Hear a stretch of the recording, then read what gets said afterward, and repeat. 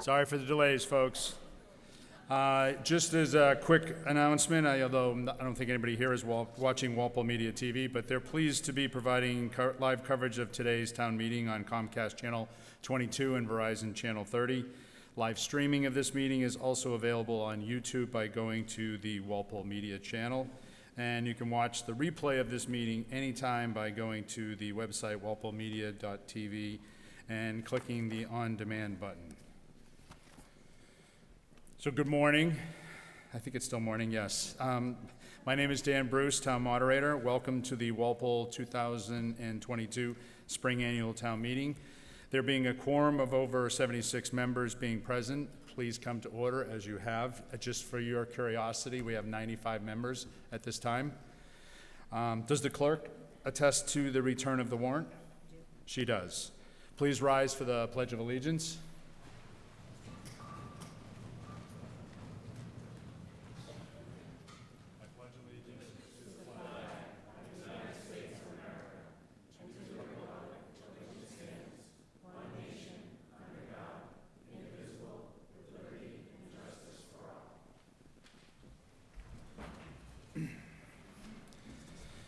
So first we have two new RTM members that were elected by caucus. In Precinct 6, we have Cassie Braithwaite, and in Precinct 7, Judy Conroy. Congratulations and welcome.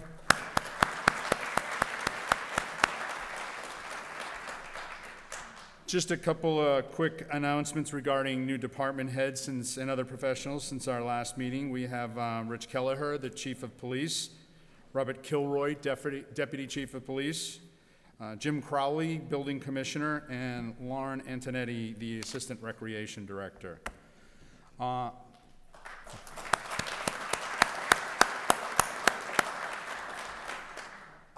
my left, we have the Town Council, Attorney Lauren Goldberg, Town Administrator Jim Johnson, and the Chairman of the Select Board, Mark Gallivan.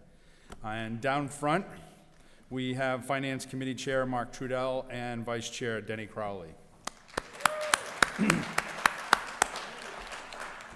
And we also have with us today the Congressman Stephen Lynch, who is going to provide us with some comments. No time limit, Congressman Lynch. Have at it.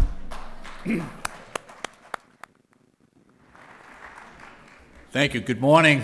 Thank you, Dan, Mr. Moderator. I appreciate the opportunity.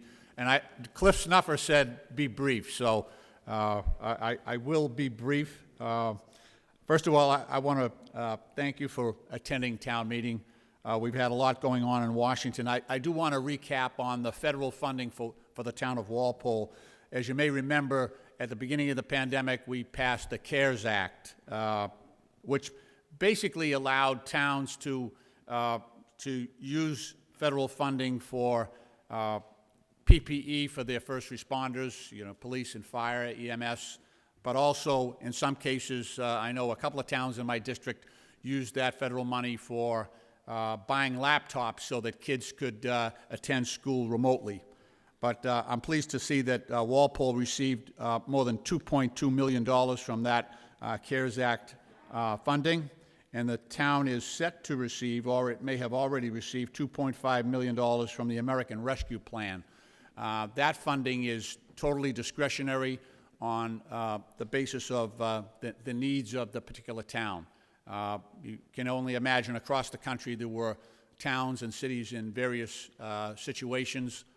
Some of them had a more difficult time with COVID than others, but that funding, that additional funding allowed them to focus on whatever urgencies they had in that particular area.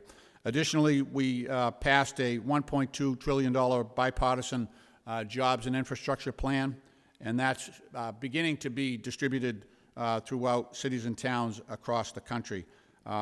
This bipartisan infrastructure law is really a once-in-a-generation investment in our nation's infrastructure, and Massachusetts, out of that, will receive $9.8 billion. Some of that is guided by the legislature. Some of it went directly to cities and towns. Some of it went to Governor Baker as a way of focusing on the governor's priorities. This includes $5.4 billion for our roads, $2.3 billion to modernize public transportation, especially ferry construction, which is important in my district. I have the coastline from the north end of Boston all the way down to Situate. And there's $1.4 billion to improve our water infrastructure, both drinking water and wastewater. So that's a very expensive item, so it was good to get that federal assistance. It also includes about $1.1 billion for critical bridge replacement and repairs. And in Massachusetts, we have some of the oldest infrastructure in the country, and we also have about 472 bridges that are currently designated as structurally deficient. So as a former iron worker, I'm really happy to see that money put in place, and that bridge repair project is, the expedited bridge repair project is ongoing with the governor. Congress also recently passed a $1.5 trillion appropriations package, and that will invest in mainly benefits for our veterans. It'll expand affordable housing opportunities for seniors and people with disabilities, and it also provided $13.6 billion in emergency funding to support the Ukrainian people to defend their democracy in the wake of Russia's unprovoked attack on that sovereign nation. In a related matter, I sit as the chairman of the National Security Subcommittee, and a couple of weeks ago I had the opportunity to bring 4 of my Republican colleagues and 3 of my Democratic colleagues over to Ukraine, to the border. We were at the border where most of the refugees were coming out into Poland, Romania, and also Moldova. I have to say it was heartbreaking to see families separated in that fashion. Many of them were, suffering from trauma and shock. In many cases, we witnessed families, parents bringing their kids out and placing them either with the Polish Red Cross or other humanitarian organizations, and then the mom and the dad and the older kids would go back in to fight. And there's something unnatural about seeing families separated in that fashion. It was uplifting to see the way that those refugees in Poland, Romania, and Moldova were welcomed by their host countries. Unlike other areas of the world that I've been to where we've had refugee flow, there were no camps. There are no camps in Poland, Romania, or Moldova. All of these refugees are being welcomed into private homes. So in Poland, almost 3 million refugees just being placed in private homes. So you can understand how much pressure that puts on that population. Additionally, in Moldova, one of the poorest countries in Europe, those people don't have 2 nickels to rub together, and yet they were opening up their homes and sharing what little they had with the Ukrainian refugees. I also had the opportunity to spend a lot of time with the 82nd Airborne. Our sons and daughters in uniform are there. We had quite a few from my congressional district. I have 3 cities and 21 towns, among them Walpole, but had an opportunity to spend some time with our sons and daughters in uniform, and I'm enormously proud of the way that they were handling their responsibilities, both with refugee transit, but also making sure, we had an opportunity to meet with members of the Ukrainian parliament and the defense minister for Ukraine. And they said that because of the work of the 82nd Airborne, when weapons systems and munitions supplied by the United States, Germany, Britain, France, and others, when it arrived in Poland, within 6 hours, those weapons were in the hands of Ukrainian military. So they were very, very grateful for the support of the United States. In terms of refugee assistance, President Biden did announce that the United States would accept 200,000 Ukrainian refugees. However, very little of that flow has come to the United States. The 2 most popular locations outside of Europe were the United States and Canada. However, very, very few, and I've had constituents in our district who have said, they have an extra room or they have the ability to take in Ukrainian refugees, which is a wonderful, wonderful gesture. But Very few Ukrainians have left that border area. In addition, the EU has also stepped up. The 27 countries of the EU have basically passed a resolution allowing Ukrainian refugees to have a voucher for housing within those host countries in Europe. Also, a one-year work visa, so that anyone coming out of Ukraine would have the ability to go to work, and also the ability to put their children into the public schools in those bordering countries. So I don't expect in the short term that we will see major refugee flow into the United States, although there is a recession looming in Europe because of the war in Ukraine and the diminution of trade and commerce in Europe. So in the long term, that situation may change, but at this point, we don't see a major uptick in refugee flow into the United States. When we did return, our group returned, Congress took up the Ukraine Democracy Defense Lend-Lease Act, and which President Biden will soon sign into law.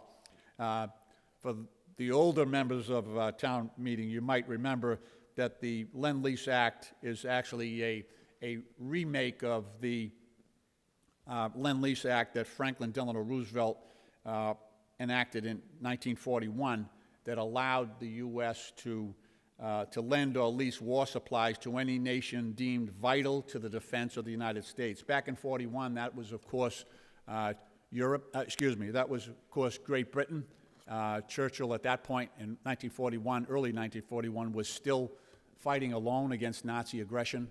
And we hope that this new iteration of the Lend-Lease Act for Ukraine will have a similar result, and that Ukraine will resist the aggression of Russian troops and reassert its independence. In closing, I just want to thank you for the opportunity to address town meeting. It's enormously it's an enormous point of pride for me to represent the town of Walpole in the United States Congress. Walpole is really a shining example of what's best about America. I see the way you treat your seniors.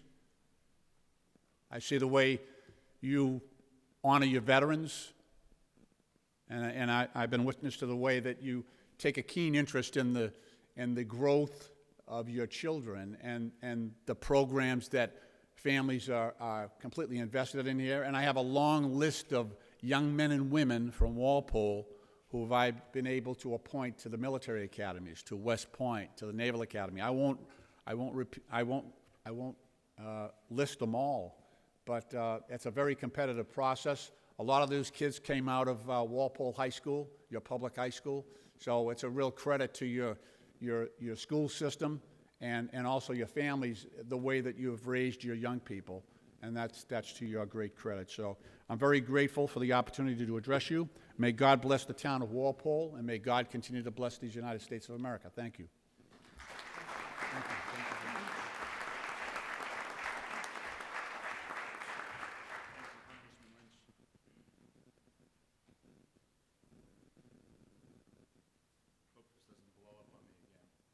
Hearing me, are you? Here we go. Thank you, Congressman Lynch. As you all know, town meeting doesn't happen without the efforts of many, many people. Short and sweet, thanks to each and every one of you. You know who you are. I'm not going to go through a huge list here. If you do want to make a comment today, we have the 2 microphones down front, and just be wary of the snuffer rule. Do not turn the microphone to face the audience. You address your comments to the moderator. Sorry, Cliff, I couldn't resist. Now on to the procedural rules. As a reminder, all motions to amend were due to me yesterday. I will say this, I did receive one this morning. That has really been a guide that's been kind of COVID related. I'd like to kind of keep it working that way because it's very helpful. We went back and forth with the petitioner, town council, and myself, and we were able to really get them in order instead of taking time during the meeting. So I'm going to encourage you all to do that, but I will take motions during the meeting. okay? So we're gonna try to return to a little more normal state here now that we're indoors and not outside in the, I'll call it Winnie the Pooh type of weather there. We were actually on the field this morning at around 7:15, and the nets were actually moving because the wind was gusting so much, so that was kind of an easy call. When you are recognized to speak, please identify yourself by name and precinct. Even if I call you by name, it's helpful to all the other members, especially those that may be new to town meeting. Address your remarks to the moderator. If you're asking a question, I will ask the appropriate official for a response. You may tell me who you want a response from, but I will direct it. And I think most of you are comfortable and familiar with that practice. As has been our practice, and I'm going to ask this body to confirm, if you wish to speak on an article, you'd be limited to 5 minutes for the petitioner, and all other members are 3 minutes. And that can be relaxed if you just have to ask for extra time. So can I ask the body to raise your cards? A little bit of practice. I want to make sure everybody has their cards and can find them. So if you're in favor of that, please raise your green card. Thank you. Any of those opposed, raise your red card. Okay, I just wanted to see how the cards looked without a voice, but that's very helpful. I think you agree, right? So voice voting will be, so by the way, it is not unanimous, but it is a majority decision there that we will continue to use the speaking limits. Voice voting will be the primary method of voting, as always. We'll be using the red and green cards again, as we just practiced. If I'm unable to call a voice vote, we'll go to a standing vote, and we have 6 tellers that we covered earlier. On my left, Jeff Fisher and John Lombardi. In the center, Virginia Conley and Diane Culhane. And to the right, Bill Buckley and Christina Shinnick. So if there is a standing vote, I will first count the teller votes by show of hands, cards. The tellers will then count the standing vote, the ayes first and then the noes. I'll ask the center teller to please include Mr. Gallivan and the gentleman down front for their votes. But then we'll coordinate their counts, the 2 tellers, to make sure you're in sync. And you'll announce from the microphone and when everybody's ready. And the town clerk and I will independently tally the votes and determine whether the quantum has been met. It's an honor for me to serve as your moderator for the town of Walpole. I assure you this, and all town meetings will be run as efficiently as possible and fairly as possible. I have no vote that would influence the outcome of any particular article. Any questions or comments? Okay, please rise and remain standing. I will read each resolution now, and then we'll pause for a moment of silence at the end. There are 8 of them, folks, so it'll be a little lengthy. Resolved that we, representative town meeting members, inscribe upon the record of the spring annual town meeting of May 7th, 2022, our recognition and sincere appreciation of the contributions rendered by the late Marianne Boragine, who passed away on November 7th, 2021, as a member of the Finance Committee from 1996 to 2010, and as a representative town meeting member in precincts 2 and 3 from 1972 to 2010. And further, in acknowledgement of the town's loss, we request the moderator to observe a moment of silence in Marianne's memory, and further, that the town clerk be instructed to send a copy of this resolution to Marianne's family.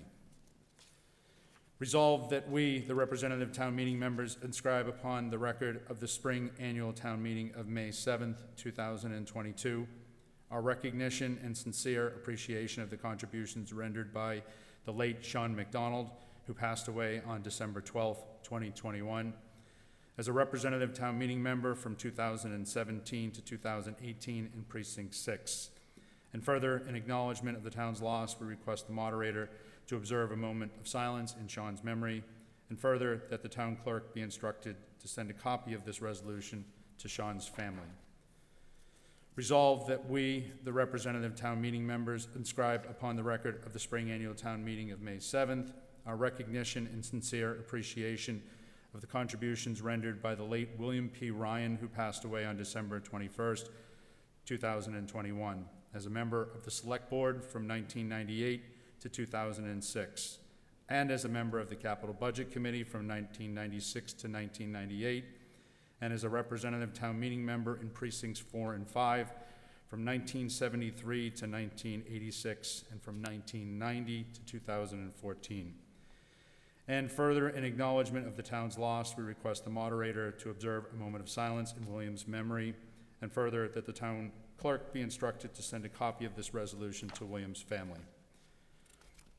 Resolved that we, the representative town meeting members, inscribe upon the record of the spring annual town meeting of May 7, 2022, our recognition and sincere appreciation of the contributions rendered by the late Roseanne Centimore, who passed away on December 26, 2021, as a representative town meeting member in 1980 in Precinct 2.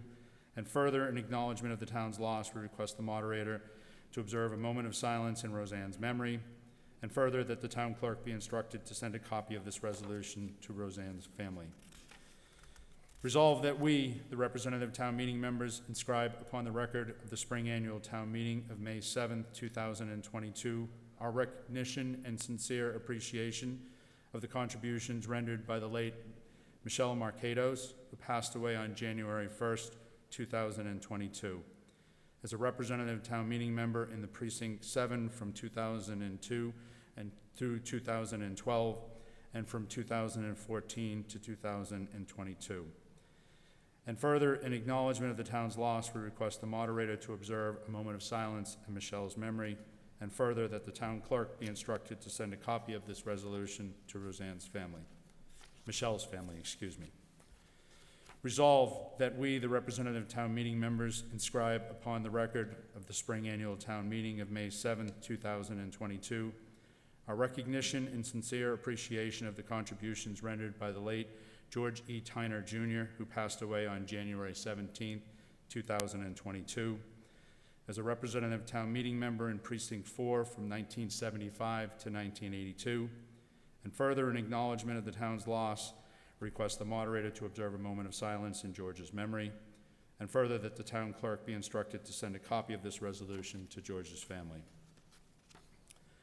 Resolved that we, representative town meeting members, inscribe upon the record of the spring annual town meeting of May 7, 2022, our recognition and sincere appreciation of the contributions rendered by the late Barbara J. Lawless, who passed away on February 16, 2022, as a member of the Planning Board from 1975 to 1978, and as a representative town meeting member in Precinct 4 from 1973 to 1986.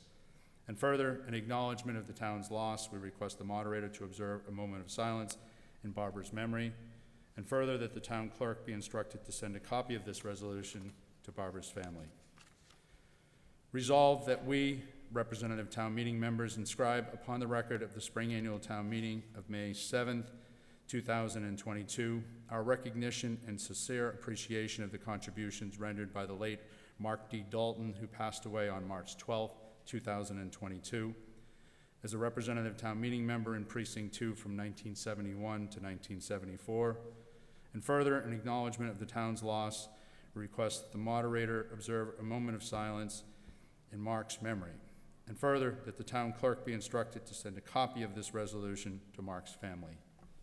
A moment of silence.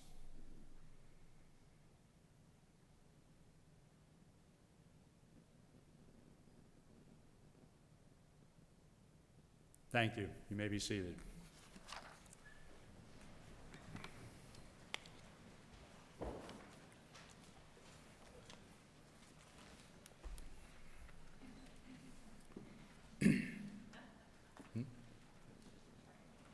Excuse me?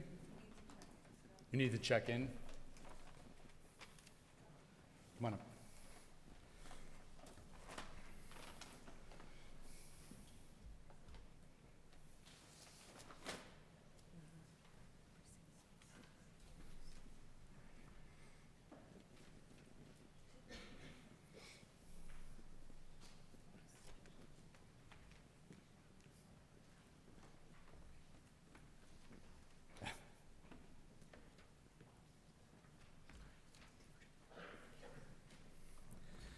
At this point, I have a preliminary motion and second from the Finance Committee to waive the reading of the warrant.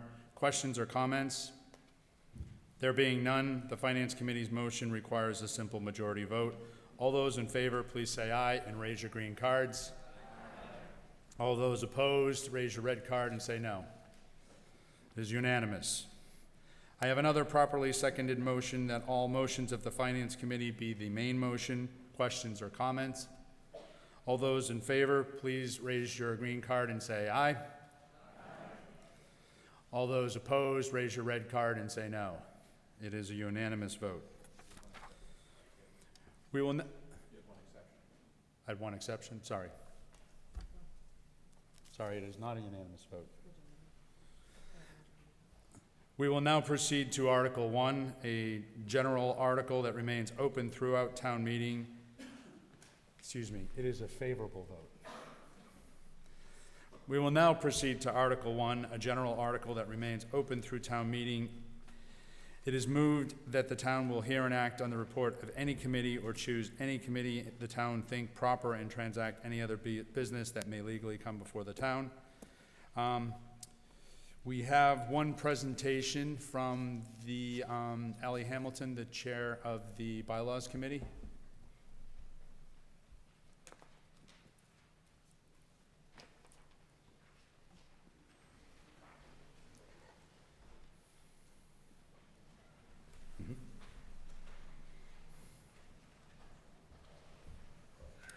Good morning, Ally Hamilton. I am the current chair of the Bylaw Review Committee.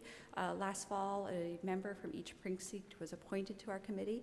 We've had some losses and some gains. We have one opening in Precinct 8. Currently, the Bylaw Review Committee, we are meeting about once a month, drafting questions that we are looking and seeking answers and input from. Our goal is to make the bylaws gender neutral, current, updated, best practices. So hopefully Precinct 8, a member will join our committee soon, and we anticipate to have recommendations for the next fall meeting that will be vetted through the appropriate boards, committees, town council, town administrator. So thank you.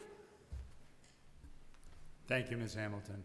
On that point, if there are any RTMs from Precinct 8 that wish to be considered for appointment to the Bylaws Committee, please reach out to me. You can send me an email at my town email or my personal email that some of you may know. But the town email is probably the better one, or you may call me, and I'll take it under consideration. The couple of other things I just wanted to kind of do quickly here.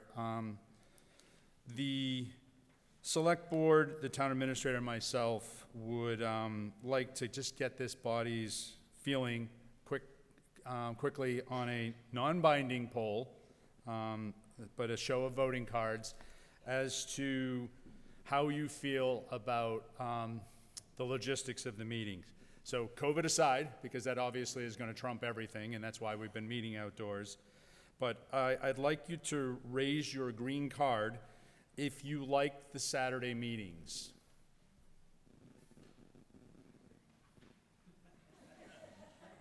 Raise your red card if you like the Wednesday meetings. That's what I thought. Pretty easy. Do me a favor, Saturdays, raise your green cards. Now keep them up. Reds come up now. I want to see if I can see. It doesn't help, does it? Yeah, very Christmassy, doesn't it? Thank you. Okay, I just wanted to get a sense, so there you go. Chairman Gallivan, I think you're probably in the same place as I am, gentlemen, right? Pretty close. Thank you for your input. One other one, I just kind of throw it out. Who, as of the draft last week, had ever heard of the Patriots' first-round draft pick? Raise your green card. That's what I thought. Not that I'm condemning Bill or anything like that, right? Okay, as we have no further reports at this time, we'll move on to the consent agenda. And our rules provide for the moderator to make use of a consent agenda comprised of article which would generate no apparent controversy and could be properly voted on one as a unit without debate. The consent agenda with the article numbers and the Finance Committee vote listed was emailed to all of you this week. I will read the article numbers and a brief description now. If any member objects to the inclusion of any article in the consent agenda, that will be removed and acted upon separately in its normal course of the warrant. Article 2, Personal Bylaw Amendments. Article 6, the fiscal year 2022 Water Enterprise Fund transfer. Your name, sir? Thank you. You want to hold on Article 6? Not a hold, you want to remove it. Thank you, Mr. Mishra. Article 8, fiscal year 2022 Sewer Enterprise Fund transfer. Thank you, Mr. Mishra.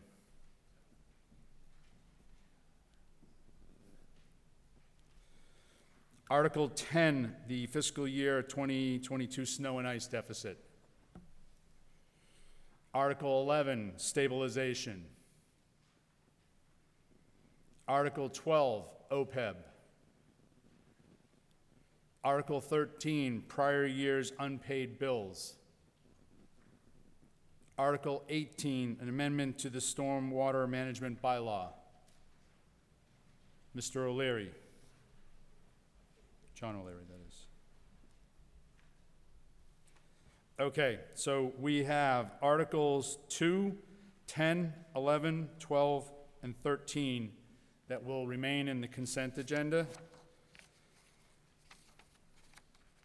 This requires a simple majority vote. All those in favor, please say aye and raise your green cards. Aye.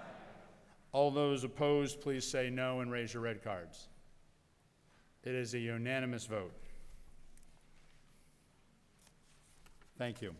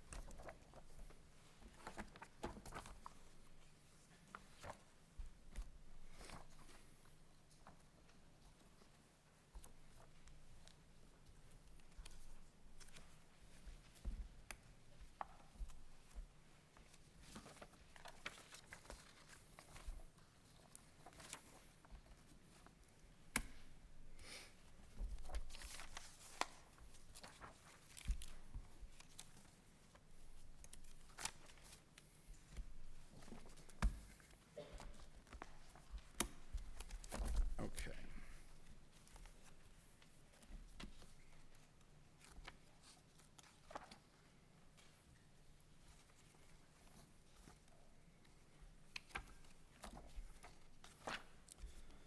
Okay, Article 3. The motion, this is on the personnel salary schedule. It is regularly moved and seconded that the town vote to approve the new salary schedule as recommended by the Personnel Board and as found on file in the office of the town clerk. This is a petition of the Personnel Board. Mr. Trudell, the finance...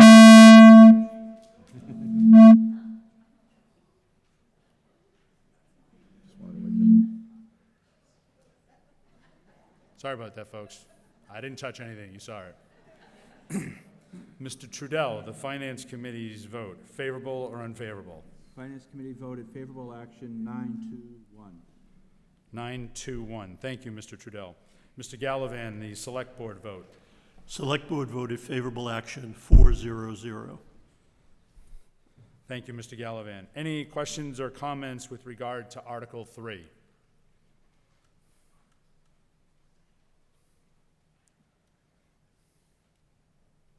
Moderator Pradeep Mishra, RTM 1. There's a disclosure which is missing about the salaries which is paid by water and sewer enterprise funds. That's not part of this article. Yes, but water and sewer enterprise fund, they pay salaries to accounting, collector and treasurer, town admin, DPW admin, engineering, and others, 25% to 30% of the salaries. Mr. Mishra, that's covered under Article 5, the budget. This is just for the non-union personnel it's salary not- schedule. It's not disclosed in the Article 5 also. Mr. Mishra, that's not pertinent to this article. That's my ruling. But the disclosure is That's about my the- ruling, Mr. Mishra. You know, it's not unless I'm missing something, it's not pertinent to this article. This is about the non-union positions. But this is about the salaries, isn't it? The salaries that you've raised questions to are in Article 5, which is the general budget. So that's where you should re-raise your question, if that helps. And who's getting raised in this article? This is for the non-union positions. Mr. Johnson, correct me, but I believe it's about 68 positions. That's correct. It's about 68 positions that were all included in the packet there. So, but the funding sources are addressed under Article 5. Thank you, Mr. Johnson. So there's a town admin superintendent or someone who's getting a raise? I'm sorry, Mr. Mishra, you kind of tailed off a little bit there, and I couldn't understand your comment at the end. There are the people in that list who gets funding from the Water and Sewer Enterprise Fund. That's what I saw. That's why I raised this. Are you talking about the non-union personnel that are Yes. funded by water and sewer? Yes. Mr. Johnson? I believe he may be referring to the indirect costs, which was addressed under Article 5. That's- as yeah. part of the motion. Yep. Mr. Mishra, so the indirect costs that get charged to the water and sewer are under Article 5 again, Okay. okay? Does Article 5 mention this cost? We will come to Article, you should rise again during Article 5 and raise your Sure, questions. sure, It's sure. not pertinent to this article, okay? Sure, thank you. Thank you, Mr. Mishra. Ms. Shinnick? Yes, through you, Mr. Moderator, a question for the town administrator. I understand the challenge when you hire new people to make sure that we're compliant with the Massachusetts Equal Pay Act, and I'm just wondering if there's an annual audit that makes sure we are in compliance? Mr. Johnson? We do conduct an annual audit of our financial records, but there is not an audit with the agency that you reference. We do hire an outside firm about every 3 or 4 years to come in and conduct a salary review of our current salary people, compare it to, I believe it's about 19 other towns in Massachusetts, how we stack up against them. That reviews our current pay scales and what our current people pay. We want to remain competitive throughout all of our department heads and non-department heads. So this year, we're getting reviewed by HR.gov. So Thank you. I understand the challenge inherent with hiring new talent because you often bring them in at a higher salary, and you have to bring other people up to be compliant. So thank you. Thank you, Ms. Shinnick. Any further questions or comments with regard to Article 3?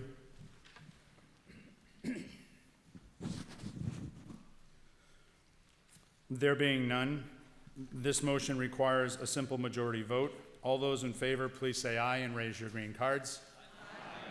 All those opposed, please say no and raise your red card. No. It is a favorable vote. Motion passes.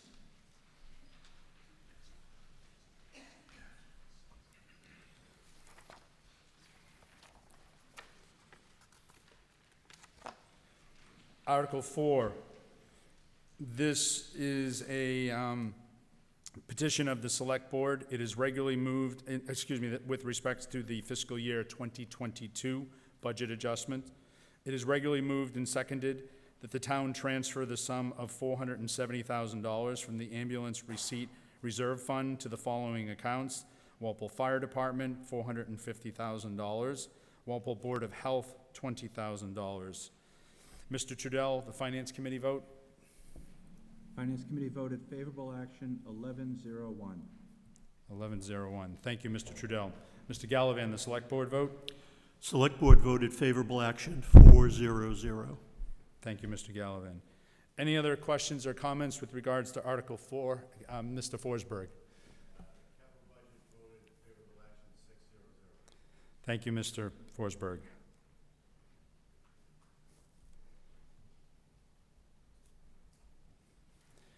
Any questions or comments with regards to Article 4?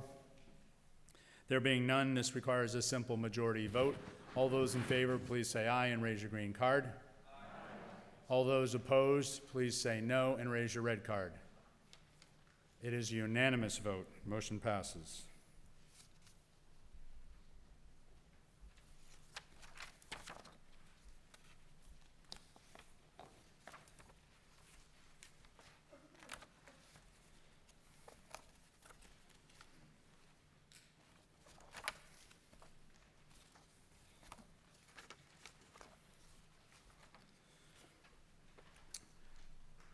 Article 5, the fiscal year 2023 budget.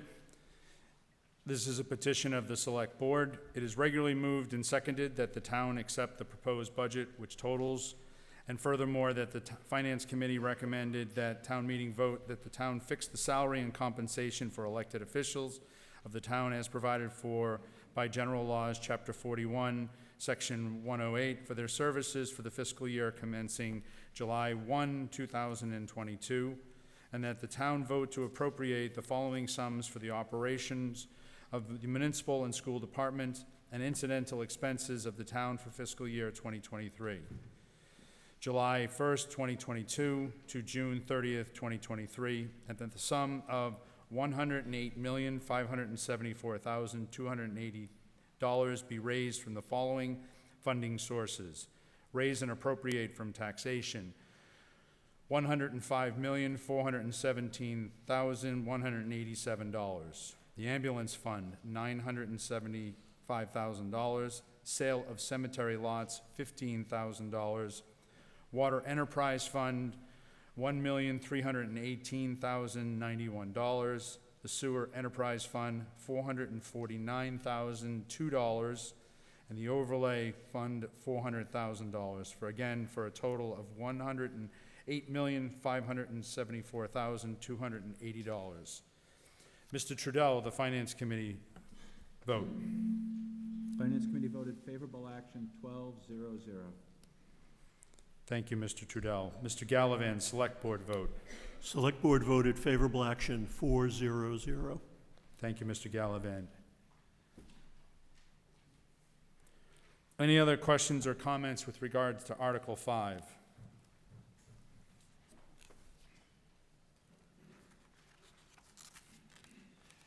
Mr. Mishra, could you just one moment? One of the things that I wanted to do is I generally read through, and I just realized I got to go through the budgets.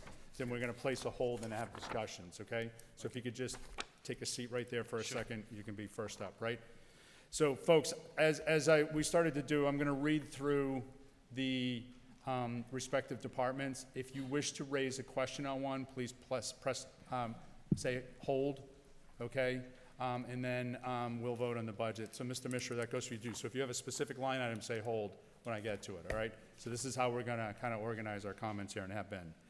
So under general government, charter committee, 0, town moderator, 0, bylaw review, 0, select board, $54,260, administration, $525,571, Mr. O'Leary.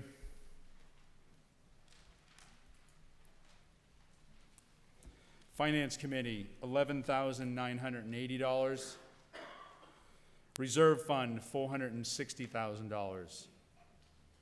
Town Accountant, $262,134. Mr. Mishra. Municipal office expenses, $67,400. Board of Assessors, $314,318. Treasurer Collector, $508,814. Mr. Mishra. Legal Services, $250,000. Mr. O'Leary. Personnel Board, $5,250. Information Systems, $347,017. Mr. Mishra. Town Clerk, $203,259. Elections and Registrars, $143,154. Mr. O'Leary. Conservation Commission, $96,140. $472. Planning Board, $65,057. The Zoning Boards of Appeals, $6,150. Ms. Conroy. Ponds Management, 0. Community and Economic Development, $151,735. Permanent Building Committee, 0. Building Maintenance, $2,421. $2 million, thank you. Mr. O'Leary, you still have a hold, or was it just correcting me? Hold. Thank you, Mr. O'Leary. Town Report and Audit, $65,800. Trust Fund Commission, $450. That total general government is for $5,939,242. On to Public Safety. Police Department, $6,881,203. Mr. O'Leary. Fire Department, $5,425,952. Inspectional Services, $508,442. Mr. O'Leary. Weights and Measures, $5,000.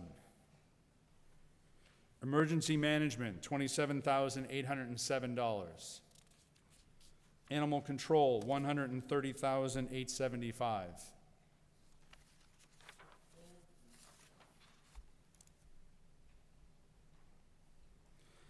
Total Public Safety, $12,979,279. Public Education, Walpole Public Schools, $51,394,654. Tri-County Vocational, $1,510,000. Norfolk County Agricultural, $128,000. Total Public Education, $53,032,654. Public Works, Engineering, $365,005. Mr. Mishra. DPW Administration, $351,369. Highway Division, $909,671. Snow and Ice, $819,150. Mr. O'Leary. Street Lighting, $397,700. Solid Waste and Recycling, $2,266,835. Landfill Maintenance, 0. Cemetery, $174,045. Vehicle Maintenance, $506,244. Total Public Works, $5,789,965. Health and Human Services, Board of Health, $371,110. Good timing. Council on Aging, $323,482. Mr. O'Leary. By the way, if that was a sneeze, God bless you. Thought it was a cough. Veteran Services, $155,375. Total Health and Human Services, $849,967. Culture and Recreation, Public Library, $894,701.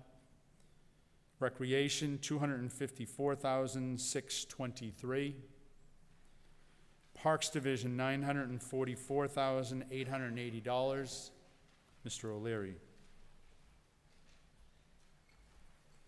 Historical Commission, 0. I heard 2. Mr. O'Leary and who else? Just 1. John, on Historical Commission? Okay. Town Celebrations, 4,000. Trail Committee, 2,000. Total Culture and Recreation, $2,100,204. Debt and interest, $6,662,919. Assessments and fringe benefits, employee retirement assessment, $6,905,620. Unemployment compensation, $150,000. Employee fringe benefits, $11,763,563. Net metering, $910,000. Mr. O'Leary. Casualty insurance, $1,049,367. Transfer to stabilization, $441,500. Total assessments and fringe benefits, $21,220,050. Total overall budget, again, $108,574,280. All right. So now that I got my order back here, so we will go through the budgets by hold. So Mr. O'Leary, if you're okay, I'm going to defer to Mr. Mishra and have him go first on his questions on town accountant, okay? Thank you, Mr. O'Leary. And I'm going to have him go through his questions, and I'll have you, since you two are the only ones that placed holds. Is that fair enough? Okay, thank you. Mr. Mishra. I suspect that a lot of your questions are on the same topic for the town accountant, treasurer, collector. Am I correct, or are you going to go through each one individually? That's correct. I just want the disclosure here Okay. that those departments are funded by water and sewer funds also. Okay, so you were, That disclosure is missing in all the financial documents which are given in, let's say, article booklets or anything. The disclosure doesn't show that water and sewer enterprise funds, they are paying the cost of those operations also, those departments. Mr. Johnson? Was there a question there? I think the, This yeah, is could you the put that in the financial form of a disclosure. question? So the disclosure for the salaries of accounting, collector and treasurer, information system, town admin, DPW admin, engineering, which they get paid 25% to 36% of the salary budget from the water and sewer enterprise fund needs to be disclosed in all the financial statement. So that's a statement, not a That's question? statement. Yes, sir. Okay, but we're looking for a question. The question is why it is not disclosed. Why does it not disclose? Mr. Johnson? So as part of the main motion, which you read, it included $1,767,093 in indirect costs. So it is part of the main motion for which you read. Where is it, $1.7 million? In which booklet, which statement? Where is it? It's in the main motion. It's not in the article, it's in the motion. That's what I'm asking, sir. Yeah. So it's, It has to be disclosed. It is. excuse me, town council? Mr. Moderator, it is disclosed when you read the motion. That's, Indicated in there that there were indirect costs, and indirect costs include all the costs that are applicable essentially to employees across the board, insurance and things of that nature. thank you, town council. This is the whole one page of the document. This is not there. in Mr. any- Mishra, your question is, as I understand it, is whether there is a allocation to the sewer and water department No, for town there must accountant. be allocation. I'm not questioning that. The allocation may be correct, but where it is disclosed. It's mentioned in the motion, the main motion that I read at the Can start. you read it, the $1.7 million? I did not call out the specific number. Yes, that's missing. That's what I'm trying to say. Thank you, sir. Oh, I do mention the Water Enterprise Fund and the Water Sewer Fund, so actually I stand corrected on that. Mr. Mishra, do you release your holds on the town accountant, treasurer, collector, information systems, Yes, I released the hold, You sorry. released all your holds? That's correct, Okay, yes. thank you, Mr. Mishra.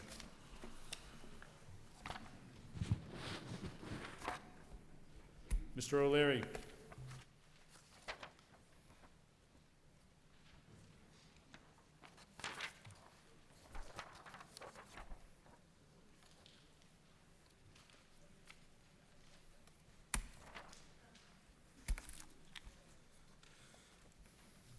John O'Leary, Precinct 3. Let's go back to the beginning.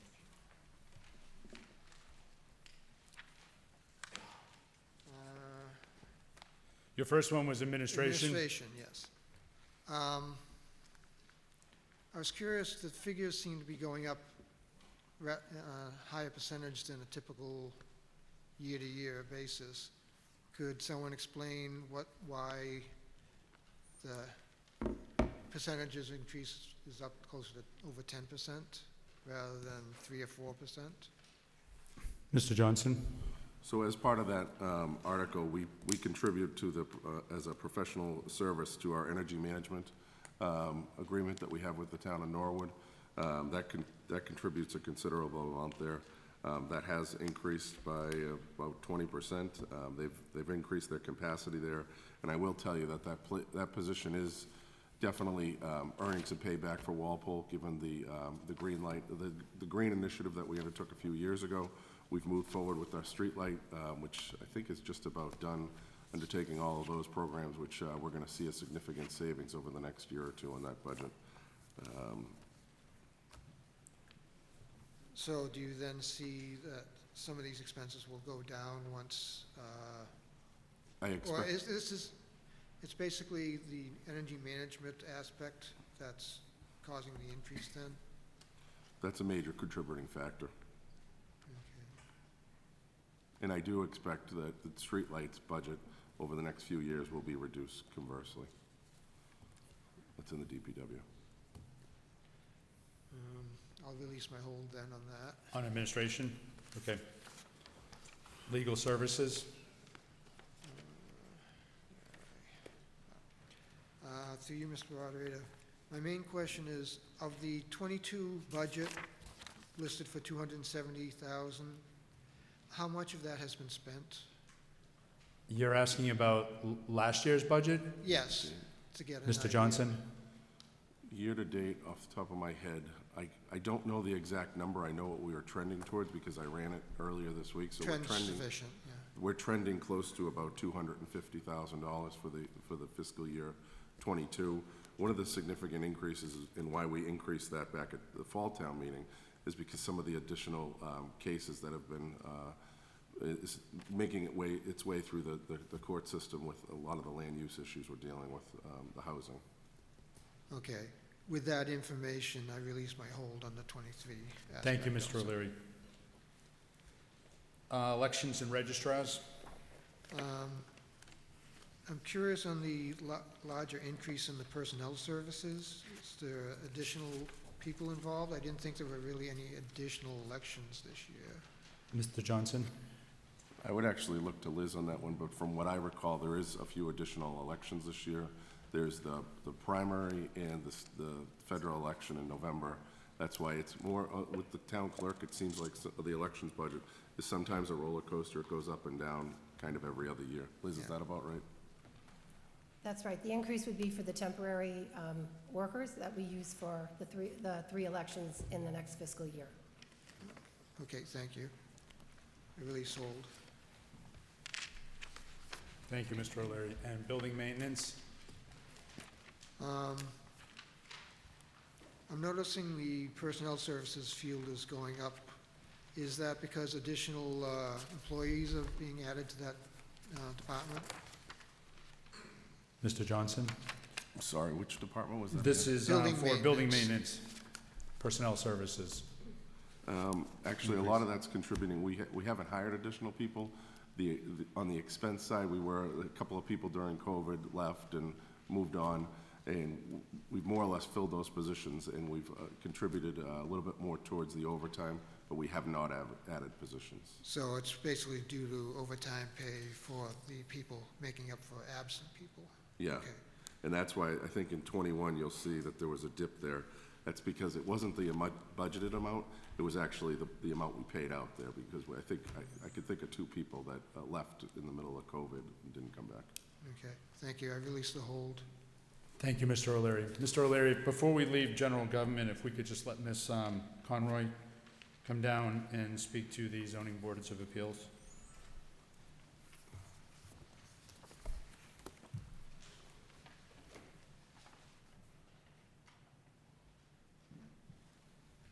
Good morning, Conroy, Precinct 7, also associate member of the Zoning Board of Appeals. On this budget line item, we have listed as $391 of personnel, I assume salary. We do have an administrative assistant, which I believe covers our board for 20 hours. I'm going to answer my own question and assume that it comes from the community and development line item. Mr. Johnson, Secretary. Yes, that is correct. That's correct. And I was just wondering, for continuity or making it more clear, why that salary item isn't listed under the Zoning Board of Appeals, as the Planning Board has a secretary, administrative assistant under their personnel category. Mr. Johnson. So a few years ago, maybe within the last 5 to 7, we formed this budget, Community Economic Development. We've transitioned that salary for the clerical position over to Community and Economic Development, and that's the reason why it's there. So in the past, I'd note that it went from, we had a part-time permanent position in there that was about 34 hours a week. I believe this position's 35, but it's been in the budget, at least looking back to 2019. Okay, so the appointed the appointed Zoning Board of Appeals now is under the umbrella of Community Development? It has been for some time. Okay, all right, and that change took place when? Prior to 2019. Okay, and who were the decision makers? We involved the zoning board chair. I believe the select board was involved. The department head at the time was also involved. Okay, thank you. You release your hold, Ms. Conroy? Yes. Thank you.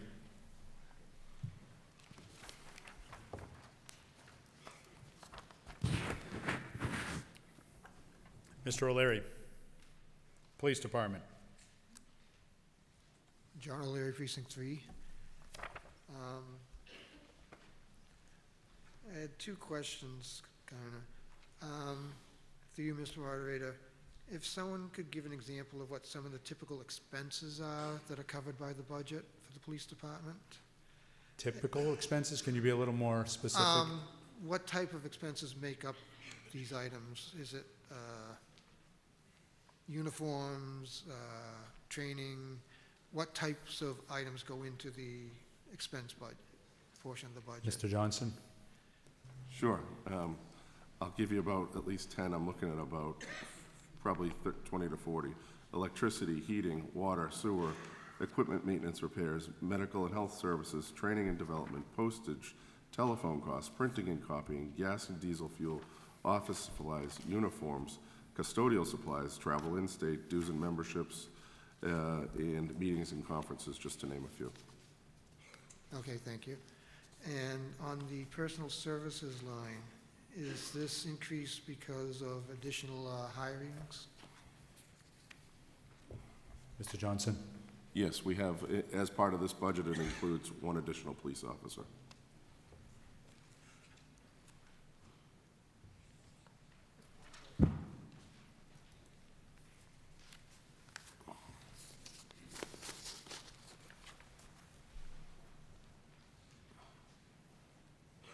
So that's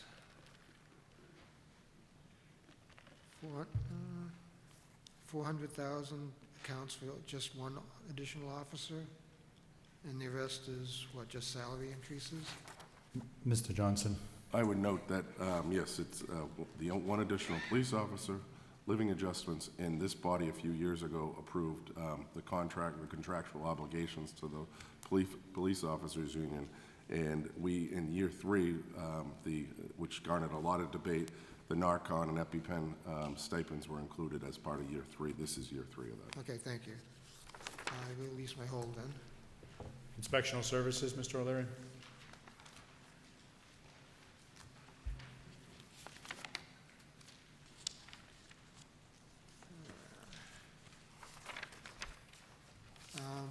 Through you, Mr. Moderator, could someone explain the 30% jump in the expense line item? Mr. Johnson? Yes. A significant amount of it is due, just about $11,000 is due to the web hosting services. I forget the name of the product, but basically the building department controls all the online permitting for the entire town hall. They pay for it out of their budget. Okay, So thank you. licensing in our office, Board of Health licensing, everyone from conservation, so Yeah, planning, zoning, everyone, okay. Viewpoint is the name of it. Do you release your hold, Mr. O'Leary? Yes, I do. Animal control? My question is, I believe, looks like roughly 3 years ago, when we decided to eliminate the local animal control officer and join with another town, I think it was Norwood? I'm not Right. sure, to share their animal control officer. I thought part of the idea behind this was the savings in cost, yet it's constantly climbing the last 2 years. Could someone explain why that's so? Mr. Johnson? Sure.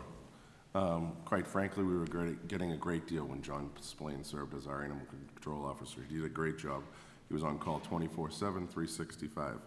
John's moved on, he's retired, and Norwood, we joined up with them last year to split the cost of doing this.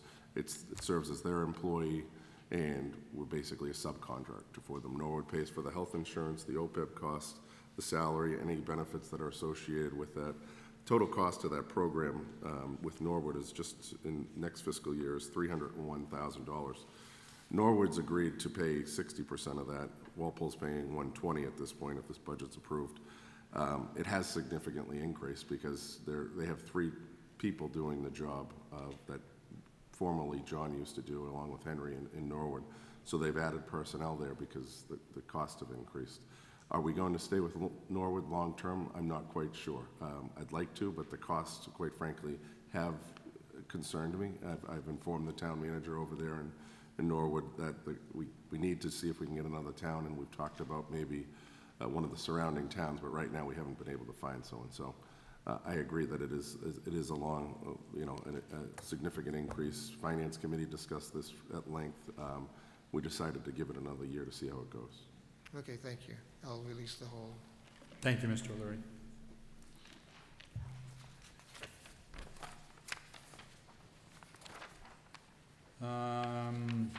Snow and ice under Public Works? Just through you, Mr. Moderator, a clarification. The personnel service would cover the town employees who are doing the plowing, and any outside employees would be coming under the expenses line. Is that correct? Mr. Johnson? Is this under the ACO again? This is the Public Works. Snow and ice. Oh. Snow and ice. Under that line, it's personnel services are the town employees, DPW workers who work throughout the night, but the outside services are the contractors that you may Okay. see around. So part of my question is, out of last year's budget figures, how much was actually spent since we had such a light winter, basically? So This current. yeah, Yeah, so we have a balance of about $120,000 left in that account. Really? What was the major expense this year then? Because it wasn't all that much snow plowing. Mr. Johnson? Was it, There something was a else? significant, I'll be honest with you, Mr. O'Leary, we may have not had a lot of storms stretched out, but the storms we had, I'm looking back at these guys, they worked around the clock, and they were significant as far as the length of the storm and the amount of snow that we've gotten, and the materials, quite frankly, have significantly increased for the sand and the salt in the roadways. Okay, thank you. So we're basing this year's on last year's then? So, As Mr. Johnson? As that's our estimate? town council, correct me if I'm wrong, but there's a Mass General law that doesn't allow us to decrease our snow and ice budget. We can only increase it each year, or at least level fund it. So each year we try to add a little bit more to it. But, yeah, that's, So there's been Mass General years, law. I think, when I first started here, I think the budget was about $300,000-$400,000. And during my tenure as the assistant town administrator, we added money into there to build this up to 800,000 plus, so. Okay, I will release my hold then. Thank you, Mr. O'Leary. Council on Aging, under Health and Human Services. I guess my question is, on the personnel services, how many people does this encompass? Mr. Johnson? 1, 2, 3. I can't recall off the top of my head. 1, 2, 3, 4, 5 to 6. Carrie, she's telling me, is that 8 or 9? It's either 8 or 9. Yeah. So, sorry. Okay, so does this include the, I don't know what the correct title is, the supervisor who oversees everything? Does this also include the people who are working at the senior center then, providing them with services? Mr. Johnson? Yes, it does, except for the volunteers who do it out of the Do it goodness of their heart. Okay, thank you. I move my hold. Let's, Parks Division, under Culture and Recreation.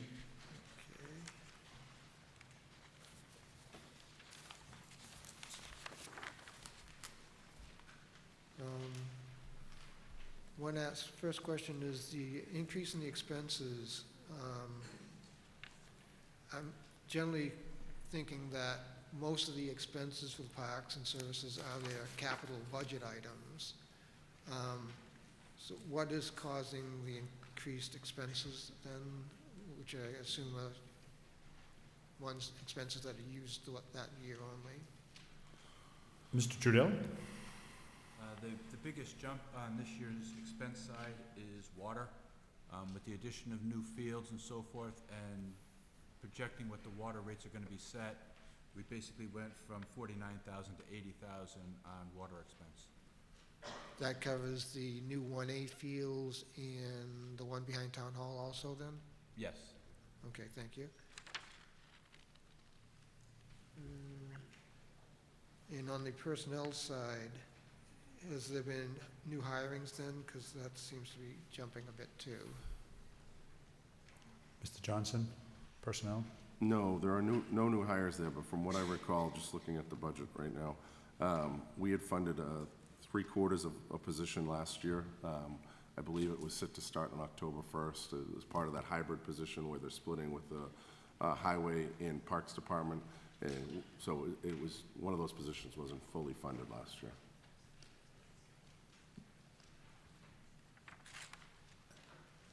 Okay, I'll release my hold. Historical Commission? My question here is, as I attended the master plan meeting we had a couple of weeks ago, I guess it was now, one of the items brought up was town culture, town history and everything. We see this as an important part of our master plan, yet we don't fund the Historical Commission's budget at all. We'll throw millions in other accounts, yet we can't give them $500, $1,000 to provide services that they obviously would be able to benefit from. Yet, and we've done this consistently for the last 3 or 4 years. Is there no way we can provide the minimal amount that they could use, whereas we're funding all these other projects of much greater issues? Why can't we at least be giving them the minimum amount of money that they need to operate effectively? Mr. Johnson? I wouldn't see a problem with recommending some funding for the Finance Committee to consider if I received a budget request. The last few years, I haven't received a budget request. Okay, thank you. And then I'll release my hold on that. The last one, Mr. O'Leary, is net metering under the assessments and fringe benefits. My question is, what is it? What is net metering, Mr.? So I may look to defer to Jody a little bit to help me on this one, because this one threw me for a loop. The last, probably within the last 7 or so years, the town signed a net metering agreement that this body approved with, for the solar installations that took place at the Bird Machine site and I believe at the Bird landfill site located just off of West Street. So in the past, we've always taken that money in as revenue and closed out to the general fund. So we've taken it as general funds. The DOR has come back after certifying the free cash last August and said that we understand this is a way you've historically done it. We want you to now account for this money and show it as part of your budget and then pay it out as, because 72% goes to the solar company, the town gets the other remaining 27%. So we want you to show it in as a receivable and then also pay it out as a payment, correct, Jody? You're shaking your head, okay. So the net effect is the same as to what we've been doing. It's confusing. I've explained it to the FinCom. We had to go through it a few times. But it is, overall, it's a net increase of about $900,000 or so to the budget. Jody, did I miss anything? Okay. So effectively, it's a change in accounting practices. Yep. I release my hold then. Thank you, Mr. O'Leary.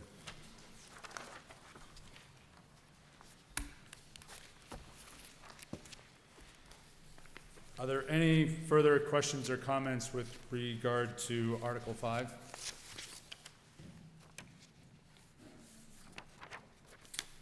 Do you have a specific line item, or is this a general comment on the budget? It's a few general comments. Okay. I'm sorry, name. Dave Blau, Precinct 6. Thank you, Mr. Blau. Yeah, my questions are about the revenue side. I noticed that this budget is increased by over 8% from last year, and I know that some of that increase will be offset by some CARES funding and some ARPA funding, and I'd just like to know what the contribution is from those federal programs and how that will help the budget. Mr. Johnson? So I can tell you that the ARPA funding will not have any impact on the budget. Those are one-time funds that fall into the sole discretion of the Select Board.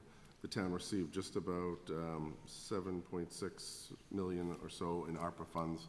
To date, about 2 million or so has been designated by the Select Board for various projects. They're going to be holding a informational or public hearing on June 7th to get some input from various department heads, any residents who may be interested in pursuing a specific project. But the way I envision it is they're one-time funds, so they should be spent on one-time type of projects. It will not go to impact the budget. Okay. And then my next question is about the increase in the property tax. I know that some of that increase is due to the override for the middle schools, and I saw that there's listed a little over 2.4 million in debt service, which I believe can be attributed to that override. Is there any additional funds in the budget that are being contributed as part of that override, or is it just the 2.4 million? Mr. Johnson? So if I could just clarify, the override funds have not been included as part of this. We just went out to borrow for that a few months ago. We have the funds in hand, but we haven't even gotten the bill for that. So we haven't sent that out as part of the tax bills. So just to clarify that. Okay, but it is listed in the FY23 budget. Yeah, because it's the preceding year, but in this current year. And then I notice that that's a year-over-year increase in the property tax of 7.7%. And I'm wondering if someone could explain how to reconcile that with Prop 2.5. Yeah, sure. Town Council? Mr. Moderator, through you. Proposition 2.5 says that every year the town can raise the amount allowed under the levy plus new growth, 2.5% and new growth. If the town is not taxing up to the levy each year, it has the ability to increase taxes more than 2.5% in terms of what you pay, but not 2.5% over what they could have raised the year before plus new growth. This is pretty common, but it is confusing because of the way Proposition 2.5 is characterized. Well, my understanding was that the town was actually taxing up to the levy for the past several years, just noticing that. So I'm not sure that there was any sort of leeway to increase that amount. I'd still like to know where that, I mean, I'm looking at, 7.7% versus 2.5%. So where's the gap? How are we filling that in? So the 2.5% is just about $2,043,000 on the FY '23. In addition to that, we have some debt exclusion figures. I'll give you an example. The elementary school project from 2000, high school supplemental bonds, library construction bonds at almost $400,000, and then, as you mentioned, the new middle school at $2.3 million. In addition to that, we budgeted $950,000 in new growth. Over the last few years, just to give you some perspective, new growth has been about 1.5, 1.8, and 1.5. So that's more or less where we make up those figures. Okay, thank you. And I do have one more question of a sort of a more general nature that goes to Mr. Mishra's point earlier. That I know that the warrant is distributed with the articles to basically set the agenda for the town meeting, but I've noticed that this body in the past has had opportunity to read the motion, Mr. Moderator, that differs from what appears in the warrant. And when I come to town meeting, I like to be prepared to discuss the actual actions of this body as embodied in the motion rather than the article warrant. So I'm wondering, is there any reason why the motion should differ from what's presented in the packets that we get? Because, as I said, I like to have the full text of the motion if possible in advance. I'll answer it briefly, and then town council asks you to add to that. So the article really sets the framework, and actually terminology often uses the four corners of what can be debated and discussed, and the motion gets into the specific details of what is actually to be covered, specifically numbers. A lot of times you'll hear the number is not mentioned in the article itself to allow some latitude to kind of work with that within the framework. So I'll kind of pause right there. Town council, anything more specific on that? Mr. Moderator, thank you. That's correct. The articles, that's kind of the four corners of what can be discussed. The motions, which include the financial amounts and sources, are discussed at the FinCom hearings and are also discussed at the select board meetings. And that's where you would find the details on a regular basis. Okay. Is there any reason that the motions, after having been debated by FinCom, could not be included in our packets? Because I think that would give more information to me. Mr. Moderator, if I may. It's really a timing issue because the warrant has to be printed earlier than the motions are prepared. And so a lot of these motions may depend on changes in, state budget, available funding, what other resources are available to the town. And so as we move closer to town meeting, there's more and more likelihood of particular funding sources, but it's not always a guarantee. And just to piggyback on that, it's not finalized really until, sometimes the week of. Actually, just this morning, the Finance Committee talked about Articles 7 and 9, and there was a discussion as to whether or not they should change their motion based off the Sewer and Water Commissioner's discussion earlier this week. So the motions aren't set until a week or so before. All right. Thank you. Thank you, Mr. Paul. Yes, town Mr. council? Moderator, yes, thank you. I'd just like to point out, anyone that's curious, there is, the town clerk keeps a record of the meeting, and that the meeting notes are available after the meeting. So if there's curiosity about the way something was handled or might be handled this year, you can look back to see what the motion was last year. And I will add one final comment. I do encourage you, if you are very curious, to attend the Finance Committee meetings. That's where there's a lot of discussion and debate goes on in those meetings to cut into the details. Any other questions or comments with regards to Article 5? There being none, this motion requires a simple majority vote All those in favor, please say aye and raise your green cards. All those opposed, please say no and raise your red card. Raise your card. Thank you. It is a favorable vote and the motion passes.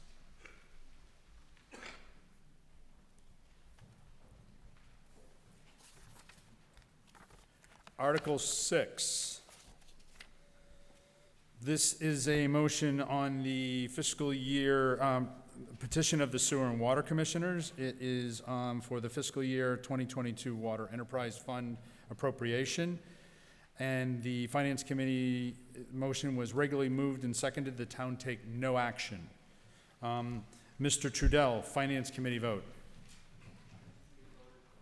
01. 1101, no action. Thank you. Mr. Gallivan, Select Board vote. Select Board voted no action, 4-0-0. Mr. Moderator, I need to correct that.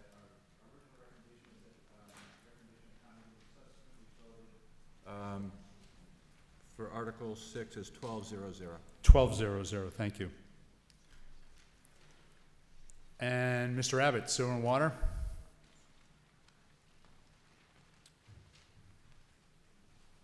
Mr. Hassenegger is the clerk, but it was 400. 400, I'm sorry, Mr. Abbott, thank you. Is it favorable, no action? What was the vote? I'm sorry, no action. No action by Sewer and Water, okay.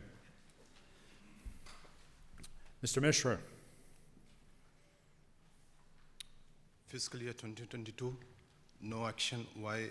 What is the status of actual revenues? Excuse me, Mr. Mishra, Yes. precinct and any positions you serve for the town? So, Pradeep Mishra, Precinct 1, and Sewer and Water Board Commissioner. Okay, thank you. For fiscal year 2022, what is the actual revenue, and what is the actual reason to have not transfer this any money from retained earning to the budget? Does a member of the Sewer and Water Commissioner want to speak to that question?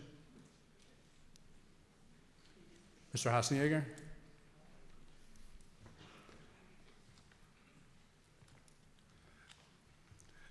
Hassenegger, Precinct 1, clerk of the Sewer and Water. One reason is because it's all in the same account. There is no separate enterprise account. Okay, so the Sewer and Water Commissioner. It doesn't have to be transferred. It's all in the same account. Thank you. Mr. Mishra? Yes, so the question here is, in the next article, We're not talking about the next article. I want to stay in this article for now. Okay, we'll go to that. There are a lot of meetings and a lot of letters sent to say that retained earnings are less every year. Mr. Mishra, I just want to bring you back within the article, okay? Fiscal year 2022, there's no need to transfer the money from the retained earning to the enterprise fund. And that's the reason there's no motion here on the Article 6, and Okay. Of course in Article 8. So when that is the situation as of today, why the memos are going out, why the discussions are going out, saying that there's a retained earning problem? That's a question. And help me with directing your question. What are you specifically? From last 2 months, there are multiple meetings of, Board of Water and Sewer, Finance Committee, and the Board of Select. In every meeting, the town has said that there's a retained earning problem. If there's retained earning problem, then why this article is not being used? That's my question. Ms. Lawson, point of order? Precinct 2, so when we get to the budgets, we can talk about those, but right now, this is a very discrete, simple article. I don't believe the gentleman who's speaking right now is speaking about something that's germane to this article. Thank you, Ms. Lawson.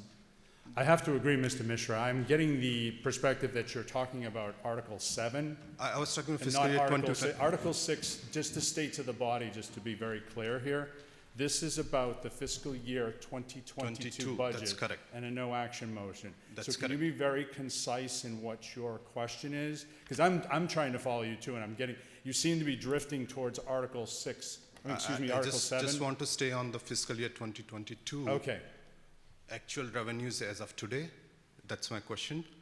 And actual, what is the actual expected figure we are going to get the revenue for fiscal year 2022? okay, and that's kind of why I came back and asked the That's- Sewer and Water yeah. Commissioner. Yes. Folks, I understand. John, it'll come on, you just keep talking. In the account, for example, for retained earnings in water, there's, started with $1.9 million for the year. $1.020 million in capital was accounted for. $200,000 was retained as a reserve against possible shortfalls with fees for water coming in over the year. And another $289,000 was retained as a legal liability reserve. So if people looked at that and there were documents circulated, subtracted those two numbers, it made it look like retained earnings were $446,000 projected. But that really is an underestimation of over $500,000 of what actually is there. Okay, thank you, Mr. Hausneger. Mr. Mishra, any further questions? So I just wanted this discussion to happen. I wanted this discussion to happen before Okay, we start. so you're all set? Yeah, I'm all set. Okay, thank you very much, Thank Mr. you. Mishra. Any other further questions or comments with regards to Article 6? Oh, sorry. I'm not sure who was first. I'll leave it to you two. Mr. Abbott. Bill Abbott, Precinct 6, and member of Sewer and Water Commission. Just hopefully to clarify why there's Article 6, and same applies to 8. The warrant is opened back in January, and at that point, you don't know what you're going to end up that fiscal year. So it makes sense to say, just in case we end up short on fiscal, or think that we're going to end up short on revenue, you have an opportunity to address that. And that's the purpose in this case. It does not appear that we will be short on water revenue for the FY22 budget. Therefore, there's no need for any action. The same thing applies on Article 8 for sewer. Thank you, Mr. Abbott. Mr. Hamilton. William Hamilton, Precinct 5. A previous speaker wanted to be updated as soon as possible on some of the decisions being made. We're traveling here at the speed of light. If decisions are made after the warrant is printed, why not have an online system that we can all look at the night before or the day of to see what's just changed as far as articles on the warrant? Can we do it? Okay, Mr. Hamilton, I appreciate your comments right now, but what relevance does that have to Article 6? Well, Article 6 was changed, I think you said yesterday. No. No, this is an article for no action that Mr. Mishra just wanted to. But I thought that action was just voted on recently. No. Oh, okay. Thank you, Mr. Hamilton. Any other further questions or comments with respect to Article 6? Just as a reminder, this is a motion for no action. All those in favor, this requires a simple majority, all those in favor, please say aye and raise your green cards. Aye. All those opposed, please say no and raise your red card. It is a unanimous vote. Thank you.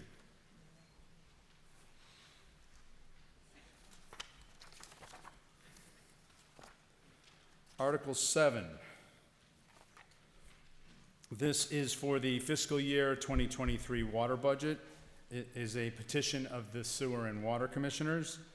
It is regularly moved and seconded that the following sums be appropriated to the Water Enterprise Fund and expended under the direction of the Department of Public Works for the purpose of operating the Water Department in fiscal year 2023. Personnel services, $1,051,267 Expenses, $1,741,366. Debt service, $1,945,452. And that the sum of $4,738,085 be raised as follows. User fees, $3,962,085. Retained earnings, $80,000. Miscellaneous receipts and MW Pat, $696,000. Mr. Trudell, the Finance Committee vote. Finance Committee voted favorable action, 10-1. 10-1, thank you. Mr. Gallivan, Select Board. Sure, I wanted to make a comment and then I'll recommend the vote. From the Select Board perspective, sewer and water has really three goals. Number one is safety, the quality of the current water supply. Number two is the future, the ongoing water supply looking forward, which includes all of the capital costs and retained earnings monies that are used to keep the pipe in the ground safe and the treatment plant safe. We're probably going to discuss in a few minutes retained earnings and Morningside Drive a little later.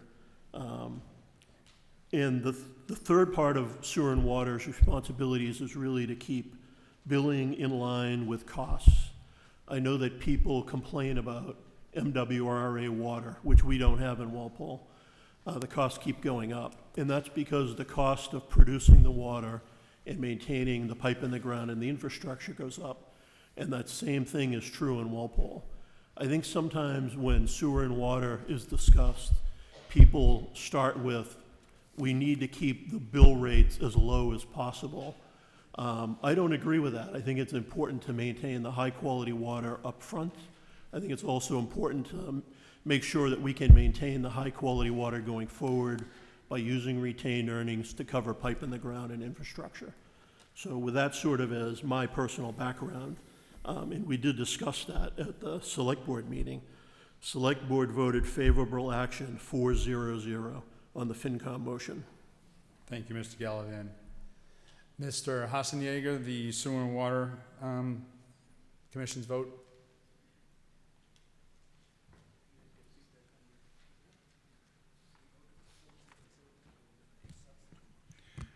Yes, the sewer and water voted 4-0-0 to support a substitute motion. No, just on this motion. I want your vote on this motion. I don't think, we didn't vote on this motion, did we? You didn't vote? No. Okay.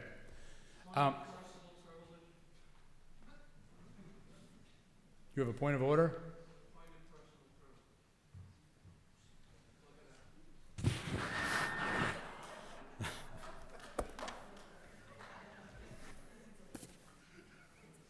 Huh? Sorry?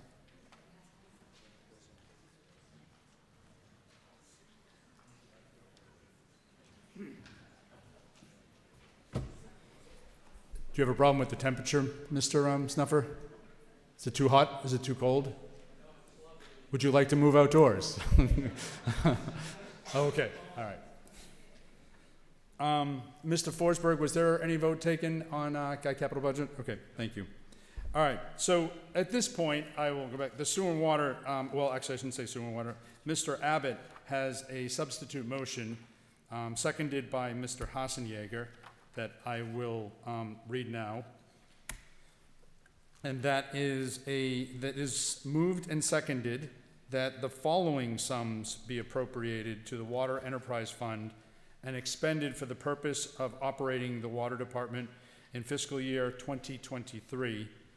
Personnel services, I'm going to save to try to make it a little simpler here. The same.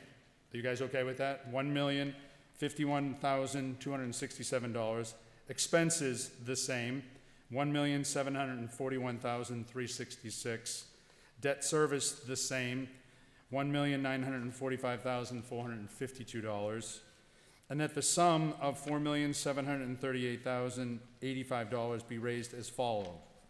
User fees, $3,880,406. Retained earnings, $161,679. Miscellaneous receipts and MW Pat, the same, $696,000. Mr. Abbott. Thank you, Mr. Moderator. You saved me a lot of verbiage there. Just for the body here, the difference is that the FinCom is suggesting only $80,000 to come from water retained earnings. Our motion was for $161,679.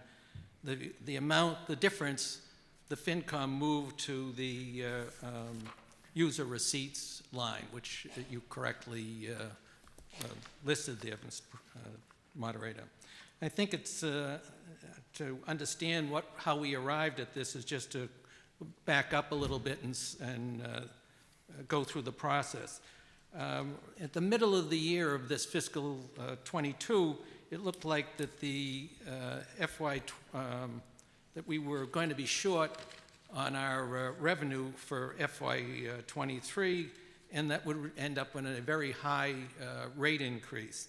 As we got closer to town meeting, we had 9 months of revenue for FY 22, and things looked better, and that's why we didn't have to do anything with Article 6. But it still looked like that when we looked at the budget for FY 23, that we were going to have a fairly healthy rate increase. And in preparing for this meeting, I just went through the numbers, and it would have looked like there might have been an 11% across the board on water rates. And given today's inflationary environment, with gasoline over $4 a gallon, grocery bills going up, et cetera, the commissioner was looking for something closer to low single digits as an increase. And so working with the administration, we looked at a number of ways to address this. First, we looked at having a flat dollar per bill charge. This is something that most communities do. And what it does is it provides a guaranteed revenue source, reducing our total reliance on how much water we produce, which varies a lot, oftentimes by the weather. And what was proposed was a very modest $2.50 per bill charge, which would have raised $80,000 in new revenue. However, the majority of the Sewer and Water Commission rejected this idea. We next looked at having a fire suppression assessment, and this is something that a few communities use, and basically it's an assessment assessed on private hydrants, and commonly you'd find them at large commercial establishments. This was something that the board found acceptable to include, and in the end, I believe it ended up being a charge of $1,250 per private hydrant, and the expectation is there is about 100 of those in town.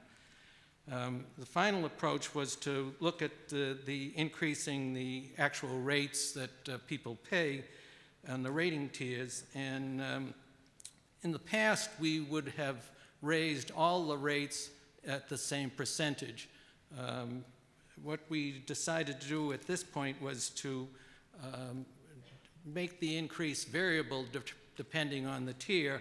So basically, the lowest tier, which everybody goes through, would get the lowest rate and lowest increase, and tiers 3 and 4 would get a higher percentage. And that involved a rather lengthy trial and error to come up with something that would produce the correct revenue, but at the same time match what individual commissioners had for thoughts. And there was quite a difference on individual commissioners, whether we should have 0% or say 1% or 2% at various tiers. Eventually, we got to a point where we had 3 of the 5 commissioners who were satisfied with one of those gyrations, and at that we ended up with a shortfall of $161,679, that would come out of retained earning. At that point, the unencumbered amount of retained earnings, I believe, and Jim, you could tell me, I might have the number here, but it's like 1.4 million? All right.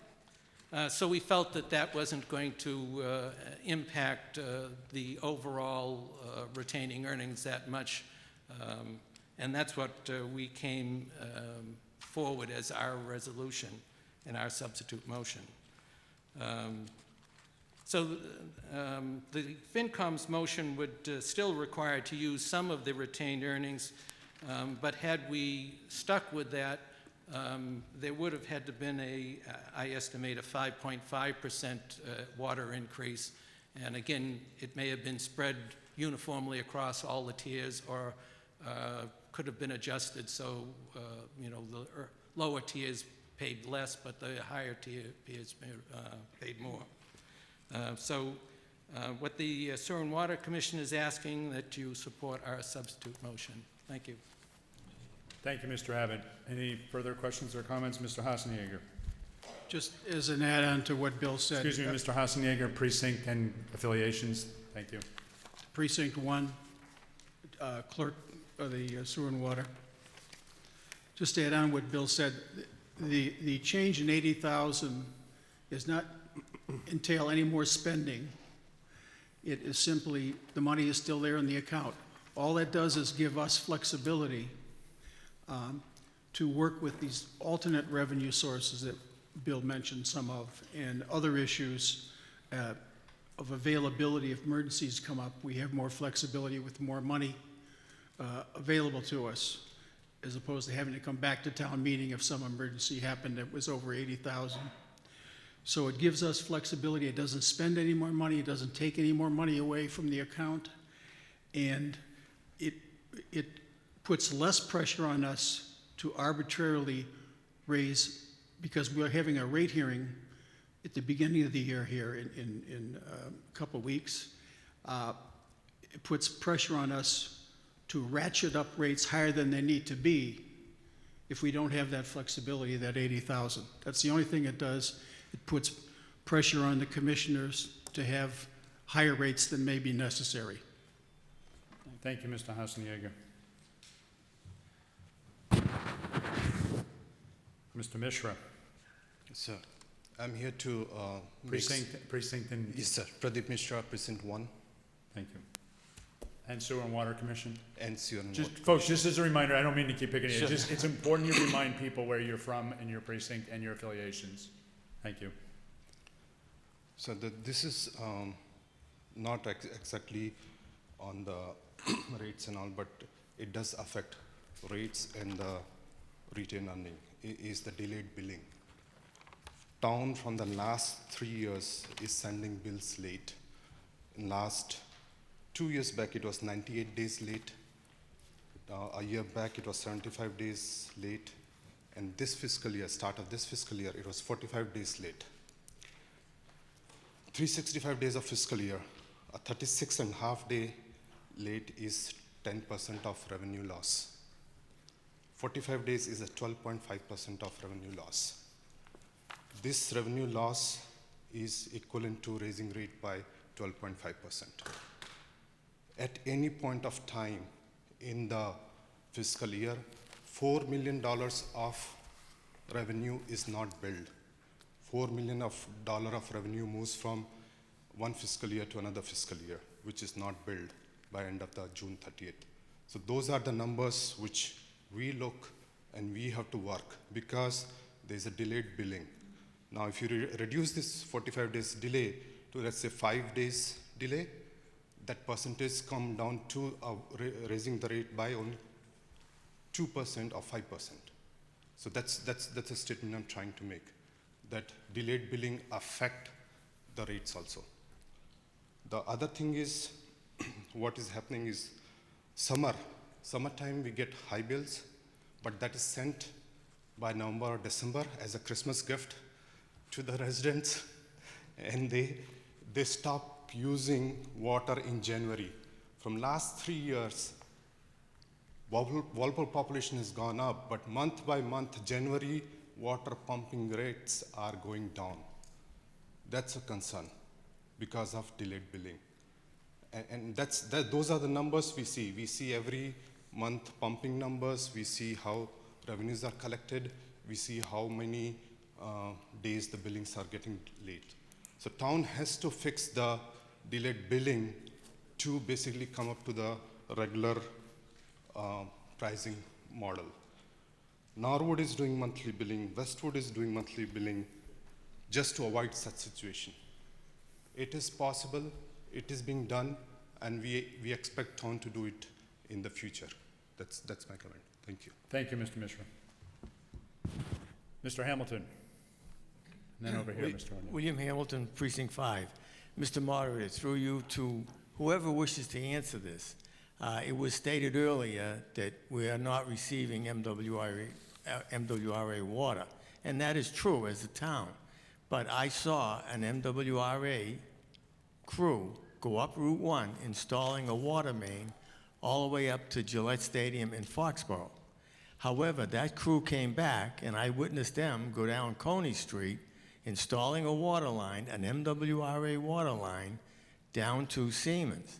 Now, Siemens was one of our biggest water users, and now one of the problems we have is we're not selling as much water. And if Siemens is buying water from the MWRA, that is probably one of the reasons why we're not selling enough water. And I heard a proposal from the Sewer and Water to start charging outfits like Siemens for fire protection. Their sprinklers use Walpole water in Siemens. They don't use MWRA water. They use the MWRA water if they use it, because people are telling me they don't have it. But I believe my eyes, and the MWRA brought it right down to their door. So if they're getting MWRA water, they need to have some way to charge Siemens and other companies or people who are receiving water other than Walpole water for the infrastructure that provides them with fire protection and keeps their insurance costs lower. So anyone that can answer this, does the MWRA have customers, water customers in Walpole? Thank you. Mr. Johnson? I see Commissioner Fasenello getting. Yeah, right I was gonna ask for He sewer and goes water to to- every monthly meeting of the MWRA. I think he'd be best to speak to it, but the longtime DPW director and water superintendent said there is no MWRA water beyond Norwood, and I have no idea what he's talking about. That was a quote. So, Patrick, Yeah, I'll Mr. Fasenello, thank you. Good morning.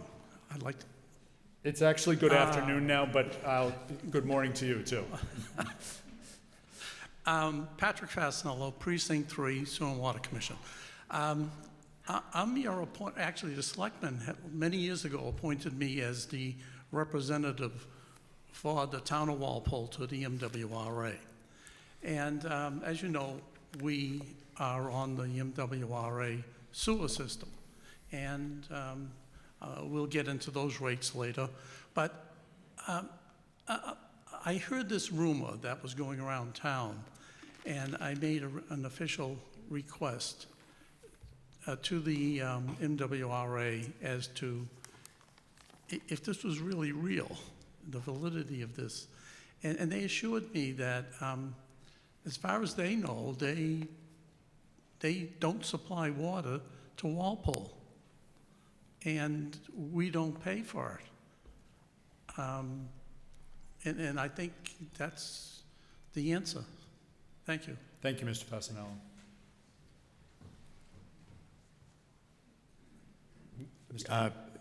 My question is, do we have, if we have a water leak on Route 1 or Coney Street, does our infrastructure pay the cost of repairing that water leak? And if I contacted DigSafe, I have no ability to do that. I don't have property on Coney Street. But would I find there were 2 water lines on Coney Street? Because I saw an MWRA crew going down Coney Street, installing a water line. And if I'm being lied to by someone saying that they believe that there's no MWRA water line, I'm Excuse me, astonished. Mr. Hamilton, first of all, Mr. Fasanello didn't lie to you. He gave you a response that what he knows from the MWA. He posed your question to the MWA. They said there's no water being supplied to Walpole. I think that answers your question. Well, if it's not the truth, then it's a lie. Okay, thank you, Mr. Hamilton. Mr. O'Neill. Hill, Precinct 8, and a member of the Select Board. And I fully respect the fact that the Water and Sewer Commission has the authority and accountability to set the rates in Walpole. My reason for not wanting to support the substitute motion is just the practice of taking money from the enterprise funds to, in my mind, artificially lower the rates that we as ratepayers pay. This is something that over a period of time is going to harm us in two ways. Number one, the rates are maintained at a lower level artificially because of taking money from the retained earnings funds, which over time is going to become a problem when at some point those retained earnings funds may run out, in which case you'd have a very large rate increase. So it's using really capital money for operating expenses, which I think is generally a bad idea. So I'm opposed to using retained earnings to artificially lower the rates, even though people would find that appealing. I would as well. I just think it's a bad practice. The second aspect of it is the retained earnings fund and the water enterprise and sewer enterprise funds, we'll get there in a minute, are set up so that they can support capital projects in the future. To Mr. Gallivan's point earlier, one of the objectives of the Water and Sewer Board is to prepare for the future. Well, the retained earnings account is intended to do that. So every time we take money out of retained earnings to artificially lower the rates that we charge the ratepayers, we're also taking money away from future capital projects. So it's for those two reasons that I don't support this motion, this substitute motion. And again, I would urge the Water and Sewer Commissioners to revisit that practice of taking money from retained earnings to lower the rates. Thank you. Thank you, Mr. O'Neill. Ms. Khatib. Sarah Khatib, Precinct 8. Just a couple questions, clarifying questions. So the substitute motion that was proposed, is it exactly what Water and Sewer had voted before that was on town administrators? The one difference that I see beyond the retained earnings is it does not indicate under the direction of the Department of Public Works. That's been removed. Okay. Otherwise, the funds, Everything else is the same except for retained earnings and that phrase. Okay. And then it looks like they originally voted 3-2, and I think one of the commissioners said that the substitute motion was voted 4-0. Is that correct? Mr. Fasanello, correct me if I'm wrong. I'm Hasenjager, I'm sorry. But if I recall, there was no vote on the Finance Committees and you submitted a substitute motion. And what was the vote on your substitute motion? It's 4-0. 4-0-0. And then I'm just wondering, there's a lot of talk of retained earnings, and as we're close to the end of 2022, could someone explain to town meeting, like, where did we start retained earnings for 2022 and kind of where are we ending up, just so we can kind of get some information? Yeah. Mr. Hasenjager, I think you reviewed those numbers. Could you review them again briefly? Yes. Thank you. First, the comment, Mr. O'Neill's comment, I would have to say that... No, Mr. Hasenjager, before you go to Mr. O'Neill's comment, we've got other speakers in front of you. Sure. Could you just repeat the retained earnings? The retained earnings at the certified retained earnings for this year were $1,955,000. And the current status of that is $1,020,000 has been accounted for and expended. So that would leave approximately $950,000 still available in the water, in the sewer, excuse me. In the water. Excuse me. Yeah, Mr. Hasenjager, those are the sewer numbers? Yeah. Okay, so we're going to give you the water numbers now. The 2.785 million were certified. And as a status, again, we're about 1.8 million still available. Unencumbered, is that? Unencumbered in the enterprise fund. So essentially, we have like a ratio. You look for, on a regular basis, to have approximately 20% of the operating budget, make sure that amount goes into capital, retained capital availability. So there is some terminology that is strange. Retained earnings, contrary to what's been said here, does not mean that's a capital expenditure fund. If you read the state statutes, actually retained earnings, one of the principal duties of water commissioners is to, after all the bills have been paid, and to assess a level for capital expenditures, is to return excess revenues to the ratepayers in the next round of rate setting. So it is not a misobligation of the commissioners to try to level out and mitigate rates to the consumer. And we're the body that does that. The other bodies seem to want to raise as much money as they can for the town.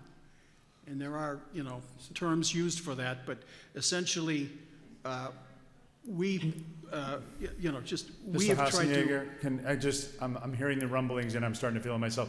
I'm going to come back to you for the rest of your comments. You've answered Ms. Khatib's question, and we'll come back and you can speak further again afterwards. Ms. Khatib? So just, so that number, 1.8, does that basically include most of the fiscal year's, retained earnings, or is there more forthcoming, or is that through, like, I don't know what, February, March? Mr. Johnson? Sorry. I'm going to ask you to stay on the 1.8 Retained million. earnings. Yeah. Okay, certified at 2.785. Commissioner Hassenjäger was correct. We used 200,000 to balance the rates at the Springtown meeting. We used fall capital, $911,000, and there's an outstanding legal liability, or the town or the commissioners are dealing with a court issue. So the actual available amount is $1,452,000.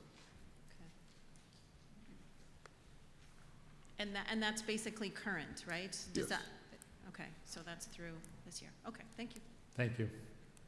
Ms. Sullivan? Chandler Sullivan, Precinct 2. Through you, Mr. Moderator, correct me if I'm wrong. Why are rates not set so we can vote on them before, like, when we're voting on the budget? It seems like we're doing things completely half blank backwards and not in a logical order. Is there a way to do it in what I think of like correct? Mr. Hassenjäger? Sewer and Water Commission? That's a good point. The major reason is because we don't have all the receipts in at this time. And what happens, and what I think some of the misunderstanding of maybe Finance Committee members is that to assess the revenues in the department right now, there's a couple of months not collected, and there's also a discount that was assessed to the revenue numbers by the town of 7%, which underestimates the revenues available. And until we have a better handle on that, we shouldn't be setting the rates, because that puts a lever to force you to make higher rates than are necessary on the consumer. And again, that does, I don't know, and maybe some of the people don't care about that here, but we do, and we have the tiers, and there's a lot of work put into trying to make fair rates and not overcharge the consumer on the rate side of things. Mr. Abbott, did you have some additional comments to add from the Sewer and Water Commission? Yes, Bill Abbott, Precinct 6, member of the Sewer and Water Commission. As you probably may know, I've been the chairman many years, and this question has been asked before, oftentimes by not Mr. Johnson, but previous town administrators. And my answer to that was, this body at this point, let's say we had not just the budget, but capital items, that might be coming out of retained earnings or being borrowed. We don't know what the revenue or what we're going to be faced with for FY22 until this meeting is completed, and that's why we set the rates in June after the town meeting. So it's been past practice, and that's the base reason. Thank you, Mr. Abbott. One more question, through you, Mr. Moderator. Besides the people who are elected to sewer and water to set the rates in the June meeting, are there any other checks and balances, or is it only based on the fact of who Walpole elects for officials on this committee to set rates? Mr. Johnson? So just to clarify on the rates thing, I had my hand up. Other towns do set their rates before town meeting for sewer and water budgets. Walpole historically has not. There's no reason. The sewer and water commissioners actually had a rate hearing last month. They decided not to set the rates. But there's no reason why they don't. They just chose, historically, that's the way it's been. What was your follow-up question? No, let me just respond, and then I'm going to come to you in town council. My understanding is that it's the sewer and water commissioner's responsibility to set the rates for the town of Walpole. Through you, Mr. Moderator, my question was, are there any other checks and balances, or is it? Thank you. What? No? No, thank you for reminding me. Any other checks and balances? Any checks and balances in place for us RTMs? Like, is there any, do we hold any, I don't know. Well, yeah, any voice or any pull, any weight in rates being set, or is it for us RTMs and to communicate information, because obviously everyone's busy and not everyone's in the know of what goes on, for who is elected for water and sewer commission in town? Are there any other checks and balances for when rates are set, or is it only that body that can do it, and any other board in town has no ability to input checks and balances, partake in that decision? So let me try this, and then I'll go over to my left. So the rates are set by the Sewer and Water Commission. We vote for the Sewer and Water Commissioners. You vote, this body votes on the personnel and expenses and where the funds are raised from, okay? What's projected there. So as far as other checks or balances, that's where I'll come over. We've got the Finance Committee, and we've got the Town Administrator and the Finance Department that will work with them, and I'm going to go to Town Council to elaborate. Thank you, Mr. Moderator. It is correct that the Sewer and Water Commissioners set the rates for water and sewer. They have to do that in an open meeting, for which notice is provided under the open meeting law, so it's a public meeting. The important thing from my perspective that you need to think about as you go through this is that the water enterprise or the sewer enterprise budgets are just budgets like any other budget of the town. Town meeting has the authority to set the budget, decide the funding source, and address the revenues. In the event that the town meeting appropriates something differently, let's say, than what the water commissioners wind up doing for the rates, then those amounts, if there's not enough revenue, would be raised on the tax rate the next year or covered by a transfer from retained earnings by town meeting. So this is a budget like any other budget, and the rate process is kind of separate from that.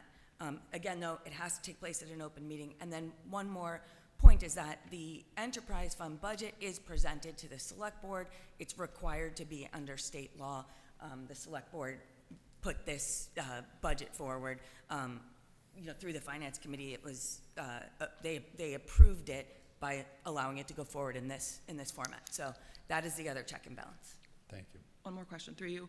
Jim, in response to saying that lots of other towns vote before, what are the processes that need to take place in order to have the rate set prior to our town meeting? They actually, Mr. Mayor, for you, the Sewer and Water Commissioners actually had that process in place last month. They posted a hearing, I believe it's 14 days, right? They posted the notice, advertised it in the local newspaper, had a hearing, decided not to set the rate, wanted to get some more information, so that's the process. One more question. Is there a way, and I know this, to make things more public, like the local newspaper no one reads, is there any other way that we can try to get more people's attention in town to some of these very important topics? Because I would say if you polled majority of the town, they have no idea what's going on. So that's just something to take away. Appreciate that. I know some people put it out on social media. If they reach out to us via Twitter or the town website, we'd certainly send you a notification. But unfortunately, that's all we have right now. more money, a flyer, yeah, whatever, we'll figure that out. Mr. Thank you. Trudell, did you have some comments from the Finance Committee? Actually, as RTM Precinct 4, the rate-setting process, I understand why sewer and water want to wait, because basically it's all estimates. The longer they wait, the more water they know was used this year, and that impacts the projection of what they think water usage will be next year, so they can set a more accurate rate. If you try to set a rate in May, your most recent information basically is March 31st, and then you have to kind of guess what the next 3 months' water usage is going to be to say our rates need to be based on 80,000 units or 76,000 units, which could be an impact of $1, $2, $3 per unit in the rates. And so the longer they wait, the more accurate their rates hopefully will be, and they will give you a truer rate. The information we were provided as of March 31st was the budget was set at 5.7 million, and collections through March were 4.8 million. March itself was just over 500,000 of collections from all the various sources, which means they should this year have excess revenues come the end of June. Hopefully that holds true, and that their retained earnings will actually go up when it gets certified going into next year. That was the reason why I voted no against the Finance Committee's action. I was one of 2 that voted against it. But the rate setting, the longer they wait, the more true their rate will be, because they're basing it on more accurate water usage. Mr. Crowley, sorry, but just had a total brain cramp there. Mr. Denny.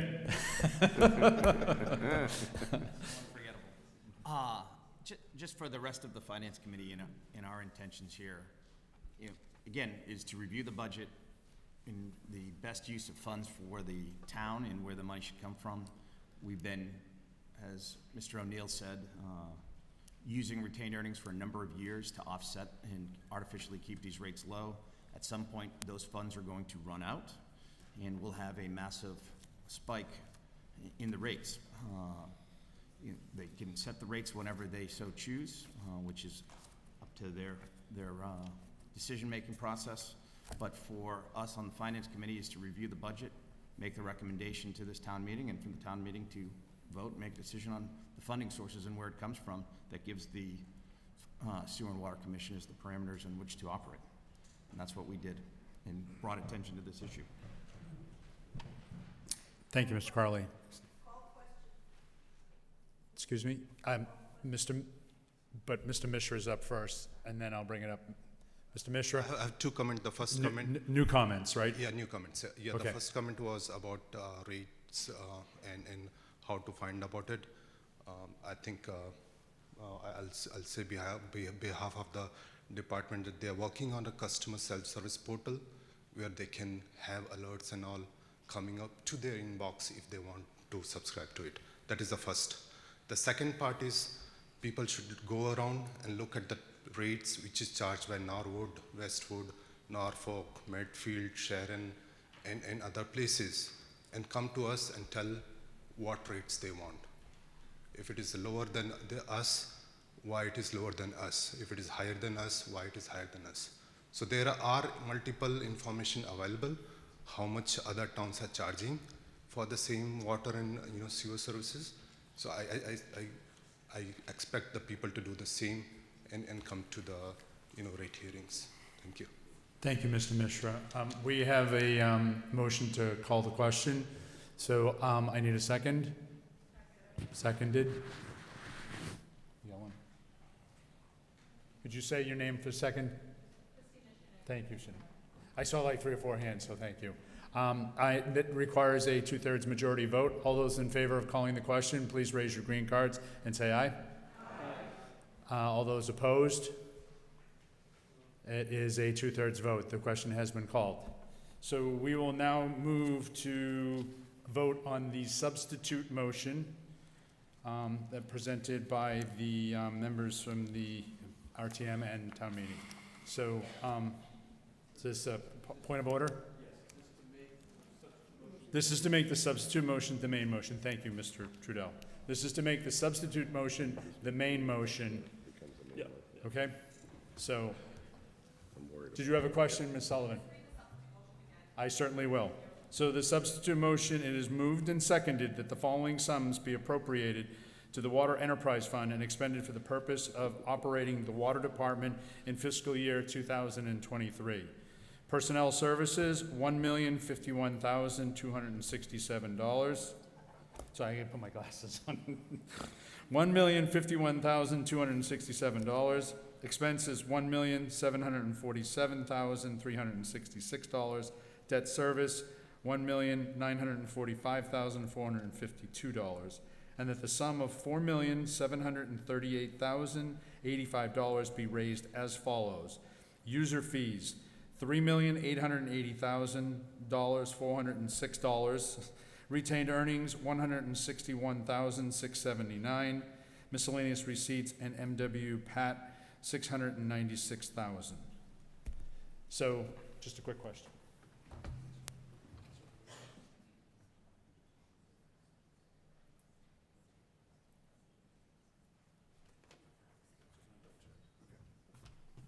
Okay, so this is a motion to make the substitute motion the main motion.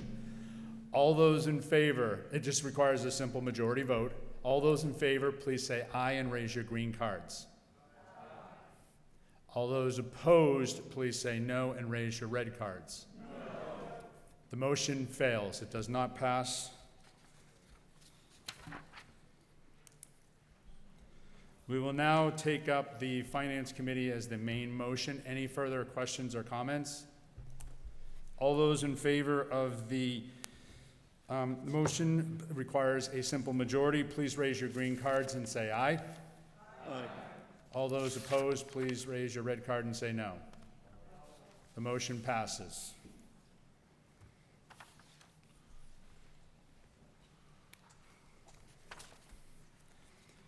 Article 8. This is a motion, petition of the Sewer and Water Commissioners, and this is for the fiscal year 2022 Sewer Enterprise Fund appropriation. It is regularly moved and seconded that the town take no action. Any further questions or comments? Mr. Mishra? We have to vote on it now anyways. No, you don't have to make comments. We just have to vote on it because you took it out of the consent agenda. That's fine. Okay, any further questions or comments? Mr. Trudell, the Finance Committee vote?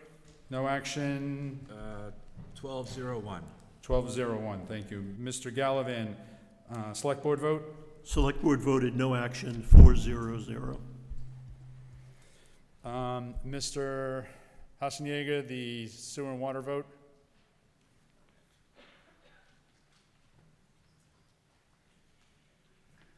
No action, 310. Thank you, Mr. Hasenjäger. Any questions or comments? There being none, this requires a simple majority vote. All those in favor, please say aye and raise your green cards. Aye. All those opposed, raise your red cards and say no. It is a unanimous vote.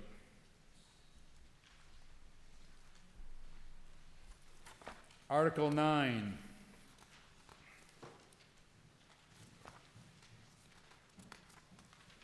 This is a petition of the Sewer and Water Commissioners. This has to do with the fiscal year 2023 sewer budget. It is a regularly moved and seconded that the following sums be appropriated to the Sewer Enterprise Fund and expended under the direction of the Department of Public Works for the purpose of operating the sewer department in fiscal year 2023. Personnel Services, $321,713. Expenses, $4,739,965. Debt service, $36,200. And that the sum of $5,097,878 be raised as follows. User fees, $4,526,919. The Spring Annual Town Meeting 2018 portable generator, $3,459, and miscellaneous receipts, $567,500. Mr. Trudell, the Finance Committee vote. Finance Committee voted favorable action 12-0-1. Mr. Gallivan, Select Board vote. Select Board had a lot of discussion on this article as well. In addition to our reluctance in using retained earnings to subsidize rates, this body, fall town meeting in '21, approved a project for Morningside Drive for $296,500. We didn't think it appropriate to pull that project back to subsidize rates in a different fiscal year. We felt like it was important to get that project done as was voted by this body. So Select Board voted favorable action 4-0-0. Thank you, Mr. Gallivan. And Mr. Hassenjager, the Sewer and Waters vote. Hassenjager, we didn't vote on that article. No vote, thank you. We have a substitute motion submitted by Mr. Abbott and seconded by Mr. Hassenjager. And it reads, it is moved and seconded that the following sums be appropriated to the Sewer Enterprise Fund and expended for the purpose of operating the sewer department in fiscal year 2023. I'm going to simplify it even more again here.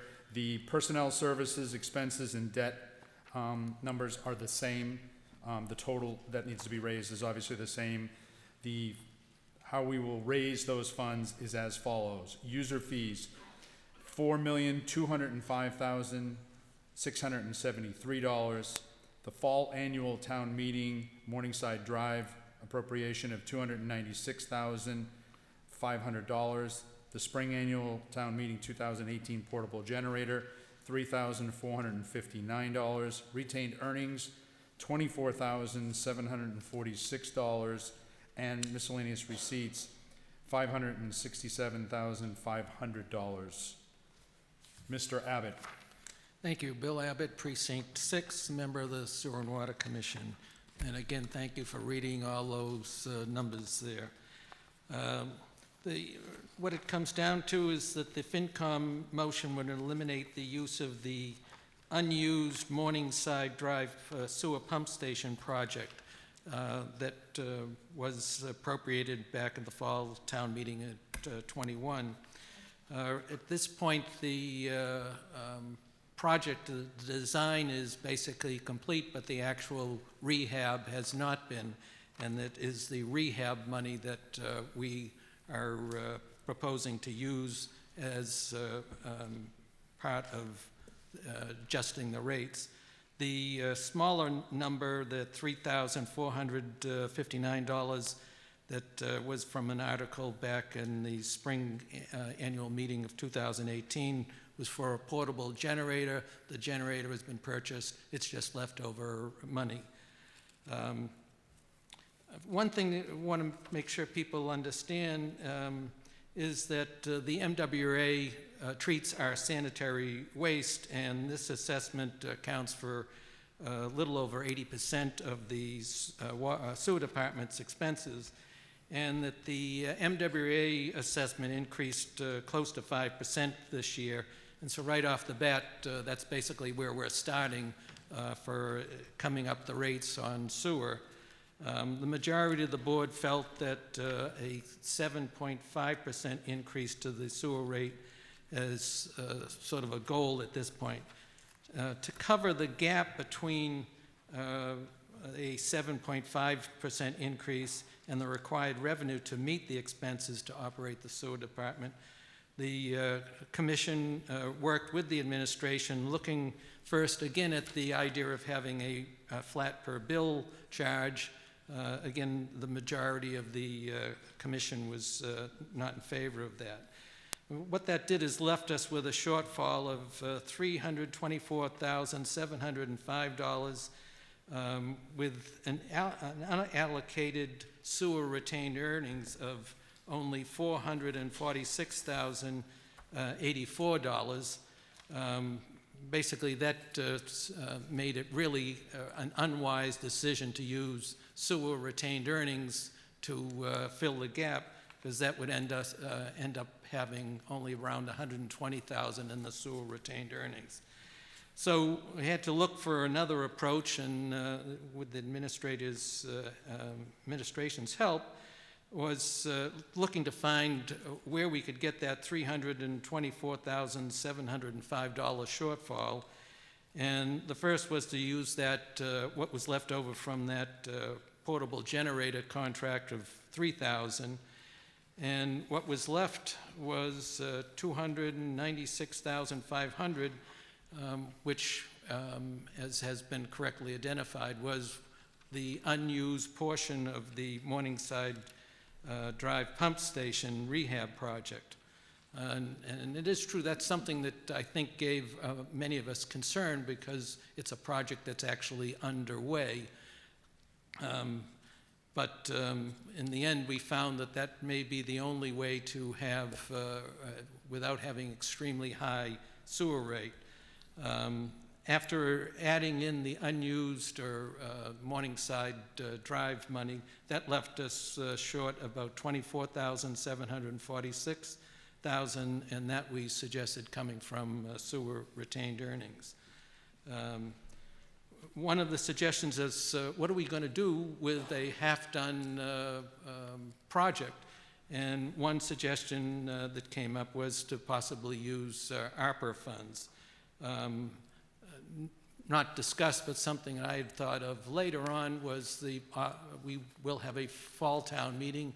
There's an opportunity to either address it at that point with borrowing money, or there are still two remaining sewer pump stations that would be scheduled next anyways, maybe to combine all three. But we definitely have to come up with some way to address the Morningside Drive issue.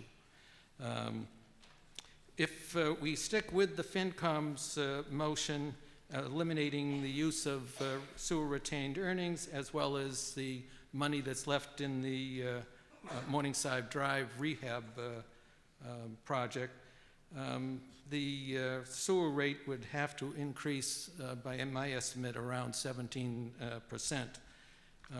And that's something that I'm really concerned that we're not going to be able to find 3 votes on the Sewer and Water Commission to have a rate that high. With that, the Sewer and Water Commission asks for your support on the substitute motion. Thank you, Mr. Abbott. One moment, folks.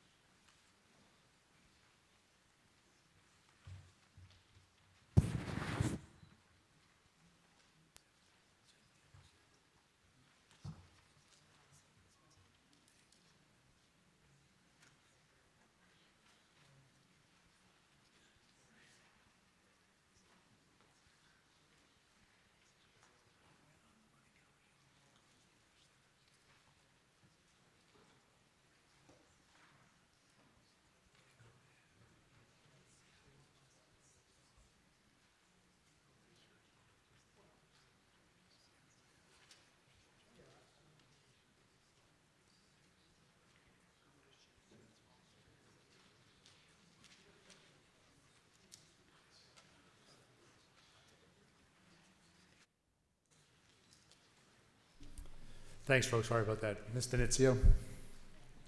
Carrie Denizio, Precinct 4. Through you, Mr. Moderator, could someone provide a little more information about what specifically is being addressed in the Morningside Drive project? Mr. Johnson?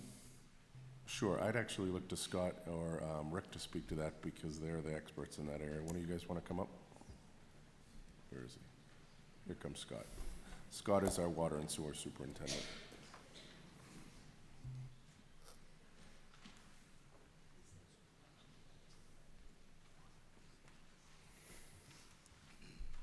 Scott Gustafson, Sewer and Water Superintendent, and this project is to rehabilitate the Morningside Drive station. Currently, it's deteriorating condition, and like several other projects already done, it's part of an ongoing upgrade to address mostly deterioration of the pump station. Thank you. And a follow-up question. How long are we comfortable in delaying said project? Mr. It's- Gustafson. Through you, Mr. Honorary. It's not in imminent danger of failing. It's on its way out, and it's something we don't want to wait until the last minute to take care of. Thank you. Just a follow-up comment. I am concerned about trying to renege on decisions that this body has made to fund certain projects which the town has identified as being needed, and to hear that something is in deteriorating condition without a compelling argument as to why we're going to delay it, other than we just can't find the money elsewhere, is concerning. Thank you. Thank you, Mr. Nizio. Mr. Hassenegger. Oh, Mr. Gallivan? Oh, okay. I actually have comments from Finance and Select Board. Okay, Hassenjäger, Precinct 1. Just to understand, there's sort of a scenario here that somehow sewer and water is being deficient in capital budgeting, and that really is far from the truth.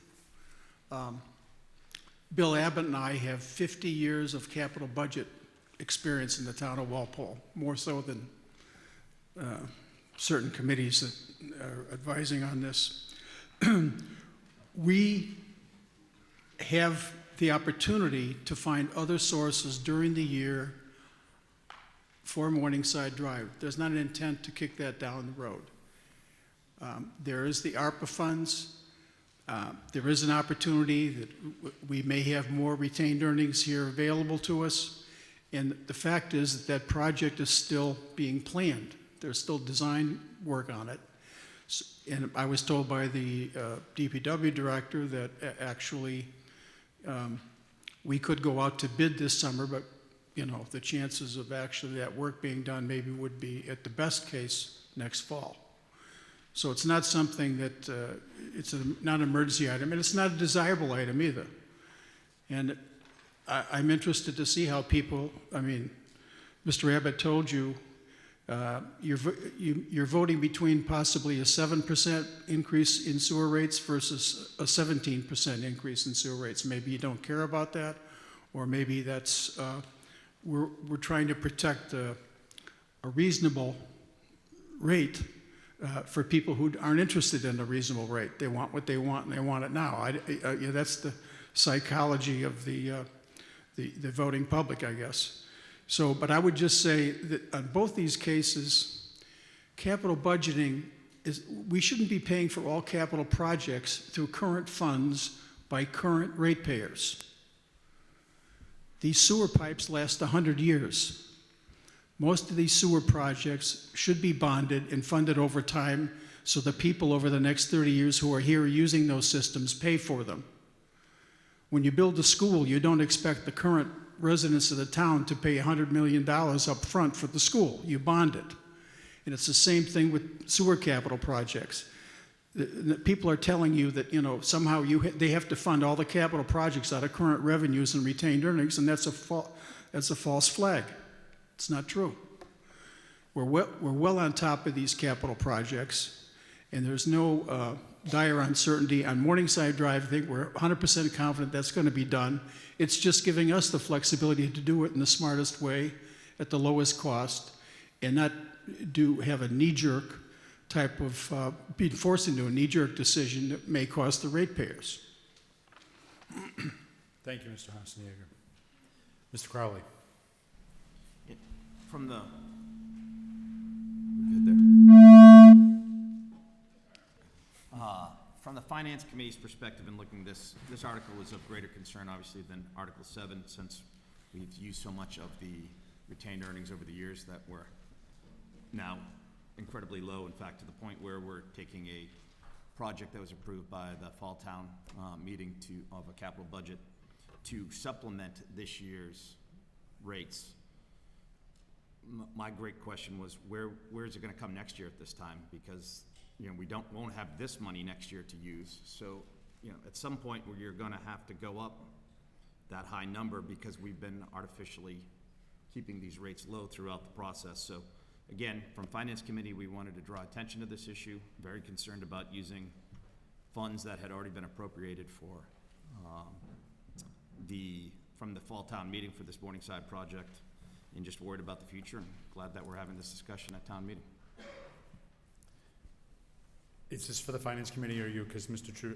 Gallivan has comments too. This is related to the substitute motion. Go ahead. Through you, Mr. Moderator, the deletion of the language at the direction of Department of Public Works, what impact does that have on the actual distribution of funds for the sewer?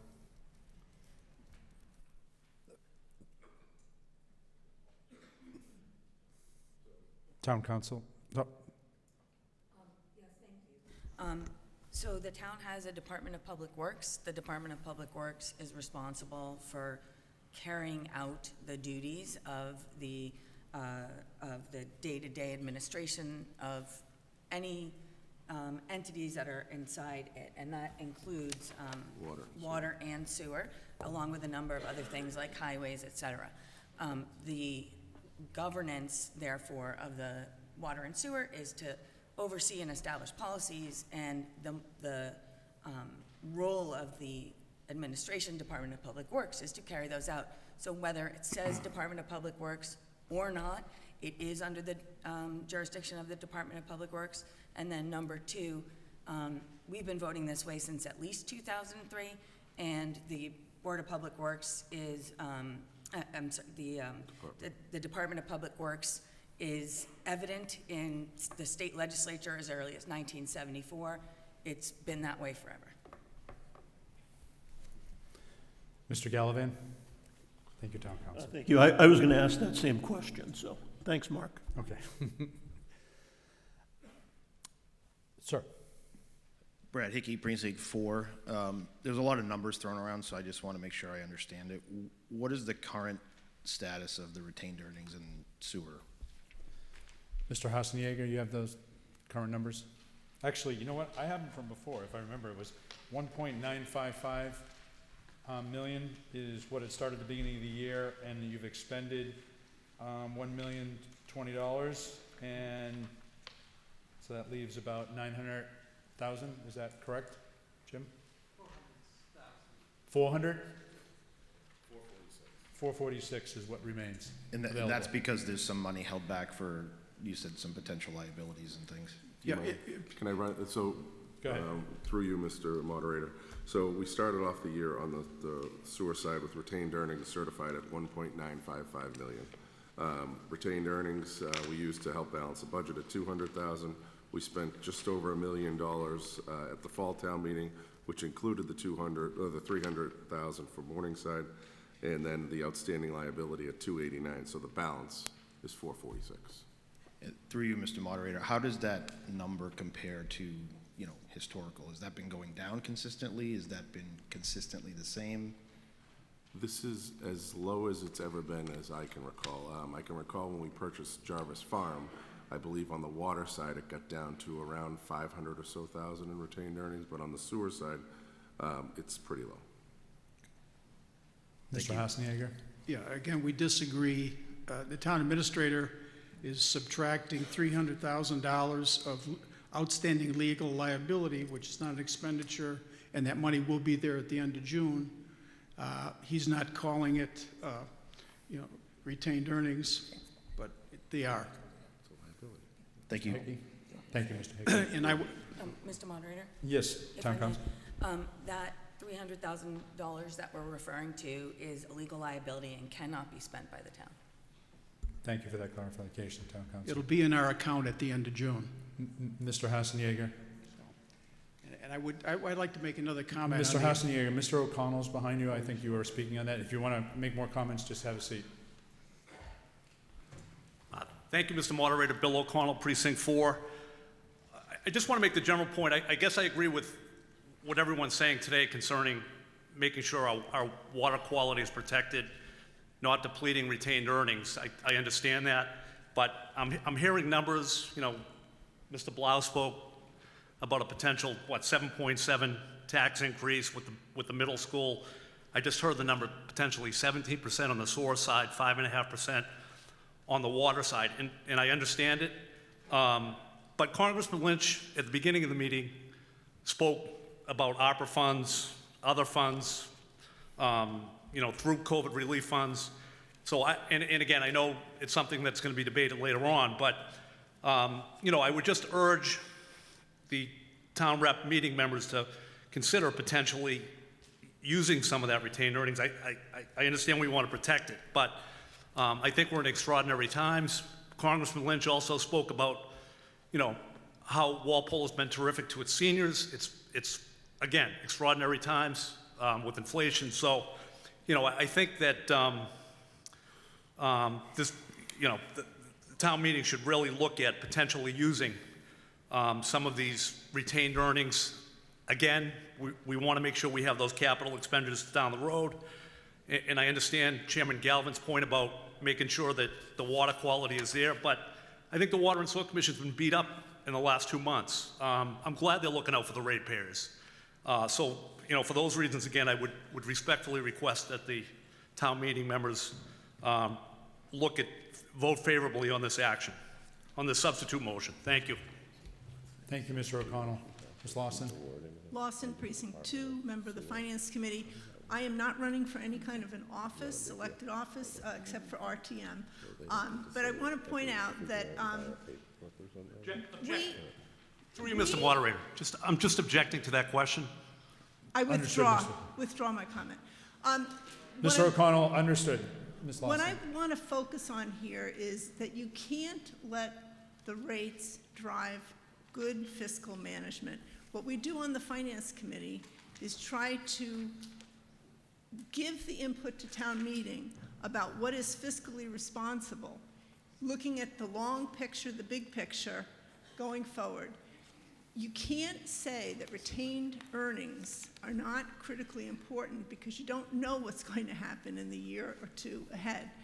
The last thing in the world we want to do to our citizens is put ourselves in a position where we have a crisis, a failure of some kind, and we cannot meet that challenge. That is not the way responsible government operates, period. It is not prudent to use retained earnings to artificially depress the rates. I'm not happy about a big rate increase any more than anyone else. But at the end of the day, it costs what it costs. And we have to be mindful of the big picture, not just can we keep the rates down so people don't get angry at us. We're not making up what it costs. It costs what it costs to run the water and sewer system. So I rise in opposition to this motion, and I hope that town meeting acts responsibly, looking at the long picture. Thank you. Thank you, Ms. Lawson. Mr. Hosny, I'm going to go to Mr. Mishra because you've already spoken on the article. I just want to bring him up first. I want to speak on the fiscal responsibility. The biggest fiscal responsibility the town has is to the customers. They should be receiving billing on time. They should be getting their value of money on time. No one should be penalized for 4 months of delay, a lot of delays, 100 days, 200 days delays on the bills, and that result in a higher cost. The fiscal responsibility of the town is to the consumer. They should be doing the billing on time. Thank you. Thank you, Mr. Mishra. Mr. O'Neill? Mr. O'Connell? Oh, never mind. Thank you, Mr. Moderator. Jim O'Neill, Precinct 8, member of Select Board. So this article is giving us a glimpse of the future, because what we're seeing very clearly here is over the last 10 years, we've taken $1.5 million out of the retained earnings account to subsidize the rates on the sewer side. We've now run down the retained earnings to the point where even the Water and Sewer Commissioners would say they can't tap it anymore, can't take any more money out of retained earnings. Therefore, the Morningside Drive approach.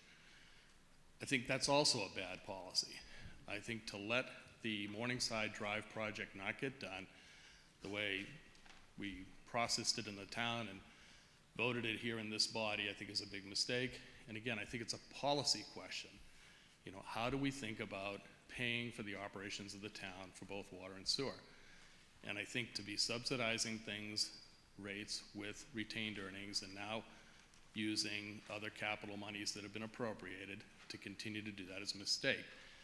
That $1.5 million that we have been taking out over 10 years has had the effect of keeping the rates low artificially for 10 years. That rate increase we're talking about right now is the accumulation of all of that we've done over the last 10 years. And again, I think it's a process that we have to think hard about, and in my mind, I think we need to stop doing that. It's a bad policy, it's bad fiscal management. On the question of ARPA funds, so if it helps, and I said this in the sewer and water rate hearing meeting in March, I would be, as a member of the select board, not speaking on behalf of the select board, but as a member of the select board, I'd certainly be willing to entertain a request to offset that Morningside Drive capital problem with ARPA funds. And I think that's something we ought to look hard at. But here's the problem. That's one-time money. Next year, we're going to be right back here talking about that same $296,000. Whether we use Morningside Drive or not, we're going to have that same problem next year, because doing what we're doing is not sustainable. So again, I encourage the sewer and water commissioners to take a hard look at their policies, think very hard about what we're doing here, and think more about what does it cost to actually run the water and sewer process, and what does that actually cost, and how do we recover that through the rates, which is the way we should be doing it. So I stand in opposition to the substitute motion, and thank you very much. Thank you, Mr. O'Neill. Mr. Hasenjager. Hasenjager, Precinct 1. Well, first of all, this proposal, we pay the town administration $1.7 million a year to do administrative work for us. The proposal, our substitute motion is the proposal the town administrator gave to us and proposed to us as his recommended solution. And at the last minute at the hearing on articles at the FinCom, they arbitrarily changed that article, which is confusing. I mean, we're being lectured about your philosophy and your accountability on the capital budgeting. This is the recommendation we got from our top executives that we pay all the money for at Town of Walpole. Secondly, there was an announcement that spurred a lot of this that didn't come from the Sewer and Water Department about we were going to need to have 18% water rate increases this year. And that we were not aware of that. And that was the people who are looking at funding totally water and sewer through the user fees. Okay? And we're the ones that objected to that. That's true. We got a lot of calls on that. Now, I'm surprised maybe the population of people that call us and object to these increased rates and this over budgeting and raising of funds aren't the same people who are here in the room. Because apparently people here maybe are interested in the difference between 7 and 17% or 5 and 18%. But you know, we're concerned that, and it would be interesting at the rate hearing what's going to come forward on that particular issue. But on the capital budgeting, the sewer that we're talking about now is 80% MWRA. So we have 20% of a capital exposure and responsibility on sewer, not 100%. When you look at that budget, 80% of it is MWRA responsibility, so it's a smaller number. You can't compare the scale of the water retained earnings to the sewer. The sewer is smaller because it's primarily the MWRA's wheelhouse as far as those funds go. And most of the sewer projects lend themselves to bonding because they are very long life scale for the type of project it is, the type of equipment that's involved. For those reasons, there isn't that much jeopardy here. And all we're doing is looking for the flexibility again to be most responsive, both to finish the Morningside Drive, to have proper rates set, and to not have a distortion based on fear-mongering that really we don't feel is justified in some misrepresentation of figures that has been given. Thank you, Mr. Hasenjager. Mr. Snuffer. Thank you, Mr. Moderator. Snuffer, Precinct 2. It was the last town meeting that I introduced a word that none of us have heard for some time, and it's called inflation. During all of these conversations about rate increases and things of that nature, I have not heard anyone integrate the word inflation into the common budget of every single human being in the town of Walpole.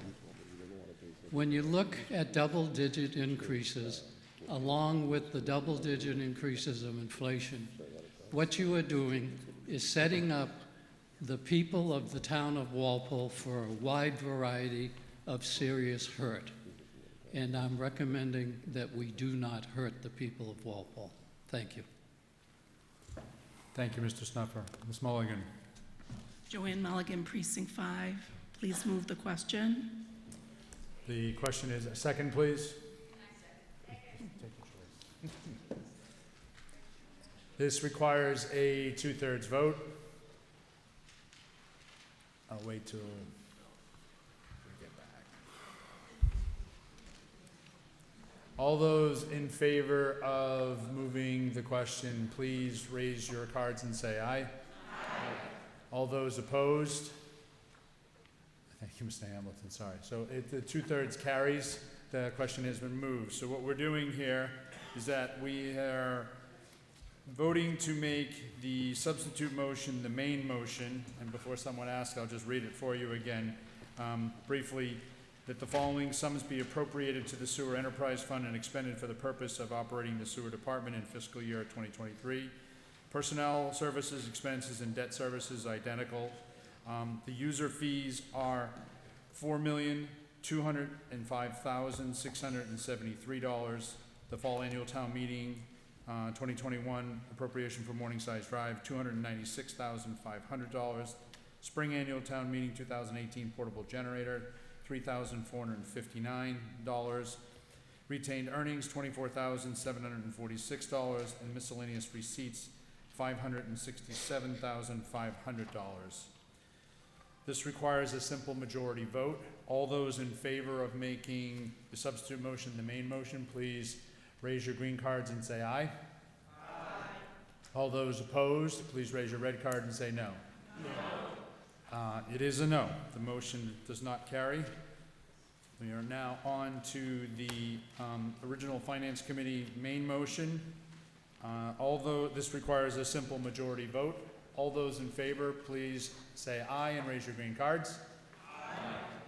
All those opposed, please say no and raise your red cards. The motion carries. It is a favorable on the original main motion from the Finance Committee. Moving on.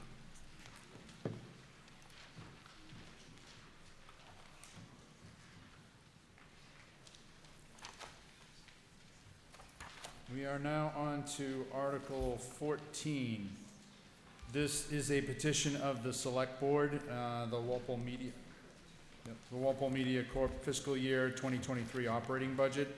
It is regularly moved and seconded that the town, pursuant to General Laws, Chapter 44, Section 53, F and 3/4, transfer from the PEG Access and Cable-related Fund the sum of $472,535.59 and appropriate the same as a grant to the Walpole Media Corporation to operate the Walpole Cable Access and PEG channels for fiscal year 2023.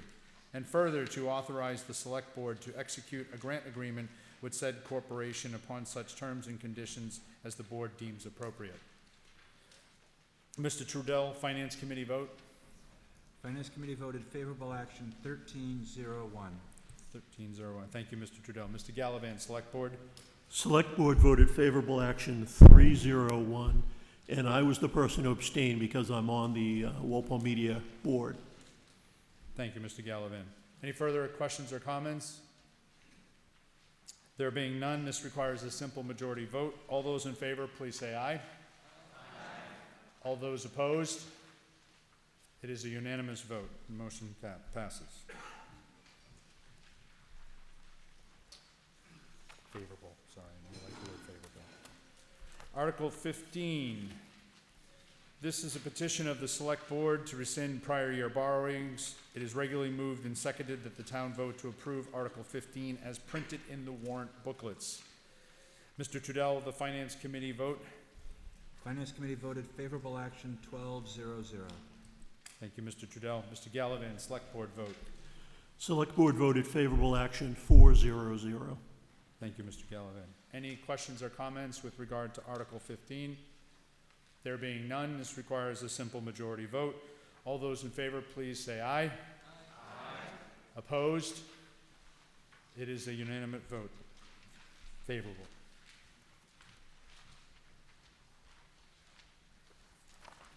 Article 16. This is a petition of the Select Board for delete references to the Personnel Board. It is regularly moved and seconded that the town vote to delete references to the Personnel Board in the Charter and Chapter 230 of the General Bylaws and approve Article 16 as set forth in the warrant booklets. This is a petition of the Select Board. Mr. Trudell, the Finance Committee vote. Finance Committee voted favorable action 12-0. 12-2-0. 10-2-0. Thank you. Thank you, Mr. Trudell. Mr. Gallivan, Select Board. Select Board voted favorable action 4-0-0. Thank you, Mr. Gallivan. Questions or comments? Mr. Hamilton. William Hamilton, Precinct 5. I urge the town to vote against this because I do not want to deny future elected officials the expertise of this volunteer panel. And I found it very good in the past, and I would like to keep it. I do not want to lose it. Thank you. Thank you, Mr. Hamilton. Mr. O'Leary.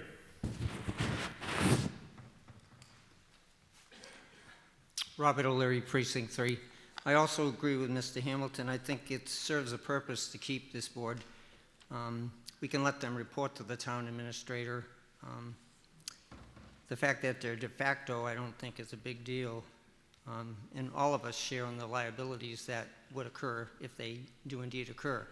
One comment that after looking through the organizational chart was made in an editorial 20 years ago basically was to prevent the concentration of too much power in too few hands. That's my comment. Thank you. Thank you, Mr. O'Leary. Mr. Snuffer. Thank you, Mr. Moderator. Snuffer, Precinct 2. Anytime that we get 4 pages, nicely printed, lots of type, it becomes incumbent upon we as individual representative town meeting members to make sure that we have an understanding of the complexity of those words and how they create either a result that we favor or that which we oppose. I have read them, I have studied them, and I oppose them. And I do so for this reason. We have in this country what appears to be heading towards an autocratic form of government.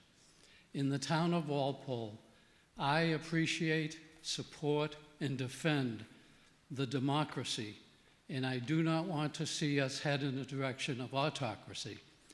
The individuals who are members, volunteers of many, many boards have offered wisdom beyond all comprehension that helped guide this town to the greatness that I know it to have had and still have.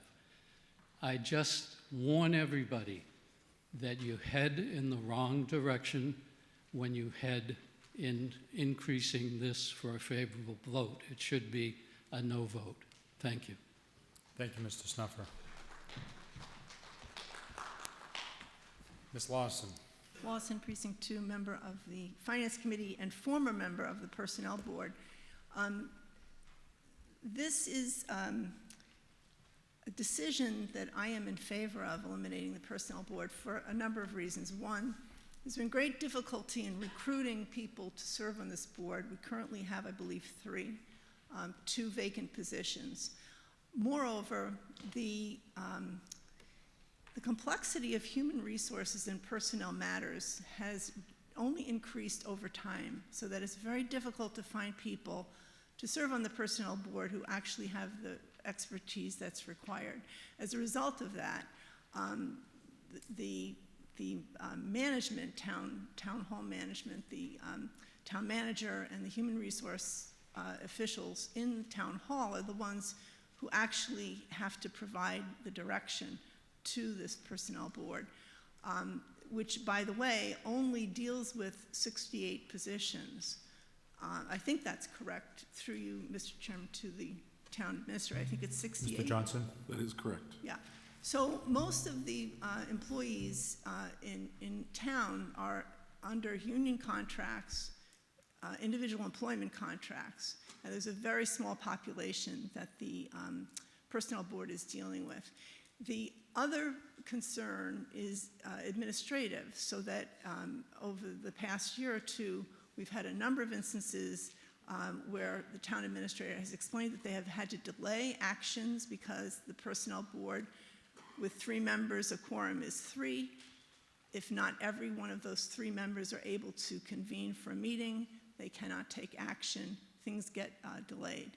This is not a power grab. This is an attempt to streamline. And by the way, the personnel board preceded, I believe, historically, the town having a town administrator and human resource personnel. So at the time that the personnel board was created, it made sense, and there was an important function to be served. Things change, and this is one area where things have changed, and I rise in support of this because I think it just makes good sense, and it is an attempt to marry up reality, the reality of today, with a structure that makes sense for getting the job done at Town Hall. Thank you. Thank you, Ms. Lawson. Ms. Conroy? Conroy, Precinct 7. Am I correct, through you, Mr. Mr. Moderator, that the Board of Selectmen is the appointing authority, or is it yourself?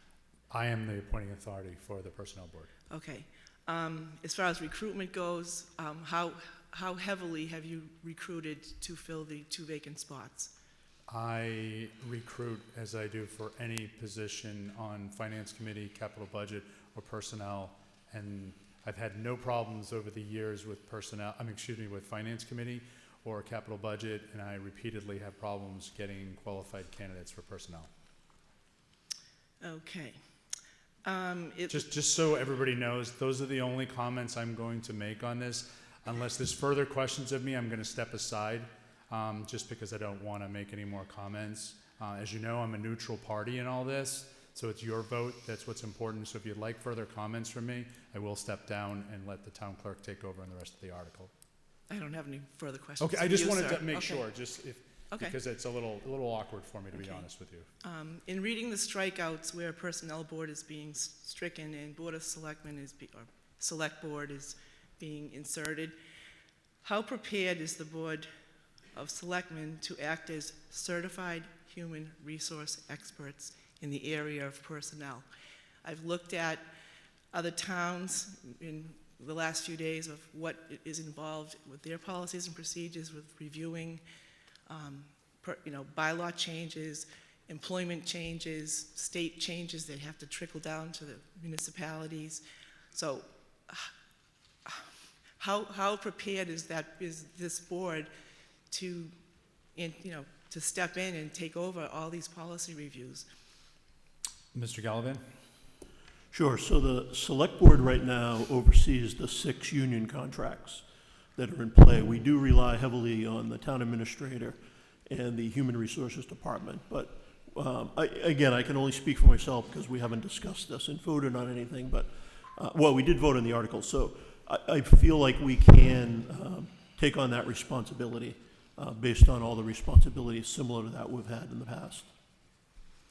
Okay, if I may, there is a policy inside the Human Relations Department or personnel which allows an employee to move forward with a complaint or a grievance. Is that something that the board is going to be part of as the final stage? Mr. Johnson? So as it is with our current union contracts with all 6 employment groups, there is a grievance process in those contracts too. The initial process starts with the department head. If they don't like the response provided by the department head, it goes to the town administrator, and then on to the Board of Selectmen as a step 3. If they're not satisfied with that, they can go to arbitration. So it's in place, and I imagine we'd follow the same type of a process. Okay, but as it exists now, it would go to the Personnel Board for final review? Personnel Board, I've been here 18 years. Personnel Board has never considered any type of employee action who was unsatisfied with their grievance. They've gone to Select Board members, but they've never gone to the Personnel Board. Okay, well, with regards to the change that wants to be made today, I stand in opposition of the change. Thank you. Thank you, Ms. Conroy. Ms. Clark? Hi, we're well into afternoon. I was going to say good morning, but Ashley Clark, Precinct 2. I'm also a former department head in the town, and I just wanted to say that I'm in support of this change.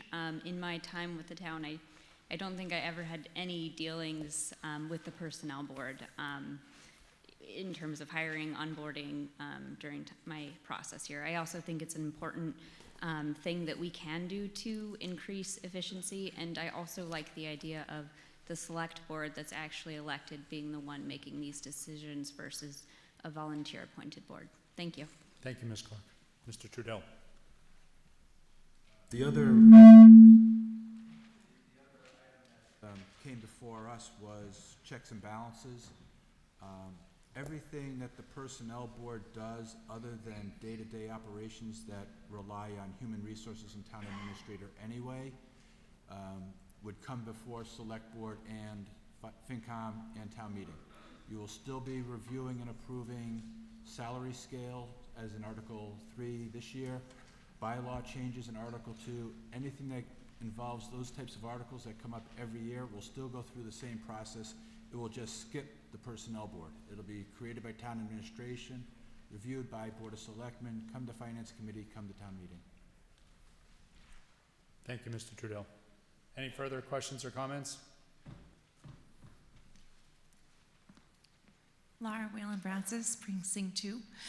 I just have a question through you, Mr. Moderator. I understand we used to have an HR director, and I'm just wondering why we do not anymore and what had been the process of eliminating that person's position. Thank you. Mr. Johnson? We have an HR administrator, and she serves as the HR director, essentially. Thank you, Ms. Francis. Any further questions or comments? There being none, this motion requires a simple majority vote. All those in favor, please say aye and raise your green cards. Aye. All those opposed, please say no and raise your red cards. No. It is a favorable vote. Motion passes.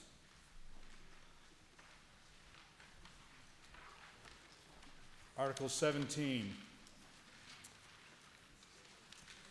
This is a petition of the Select Board. It has to do with solar installations at various Walpole school sites. It is regularly moved and seconded that the town vote to approve Article 17 as set forth in the warrant booklets. Mr. Trudell, the Finance Committee vote. Finance Committee voted favorable action 12-0-0. Thank you, Mr. Trudell. Mr. Gallivan, Select Board. Select Board voted favorable action 4-0-0. And Mr. Getz. Is this the right article, or is that 18? Conservation Commission? I think is it 18 or is it 17? 17? Sorry. At this time, we have a substitute motion from Mr. O'Connell, and it is seconded by Mr. Who seconded this, Mr. O'Connell? Mr. Gavazzos. Oh, okay. Thank you, Mr. Gavazzos. Haven't seen script in a long time. So let me just read this all for you. Mr. O'Connell moves that the town meeting amend and modify Article 17 by deleting the Robbins Road parking lot canopy from the article. All references to the following parcels or a portion of the parcels for the purpose of transferring to the school department and to the school department for the purposes of leasing for solar installations, subject to the approval of the school committee. No other changes. except as provided in all of the provisions of Article 17, including the remaining parcels or portions of parcels to wit, Fisher School and Old Post Road School interest remain in full force and effect. Mr. O'Connell.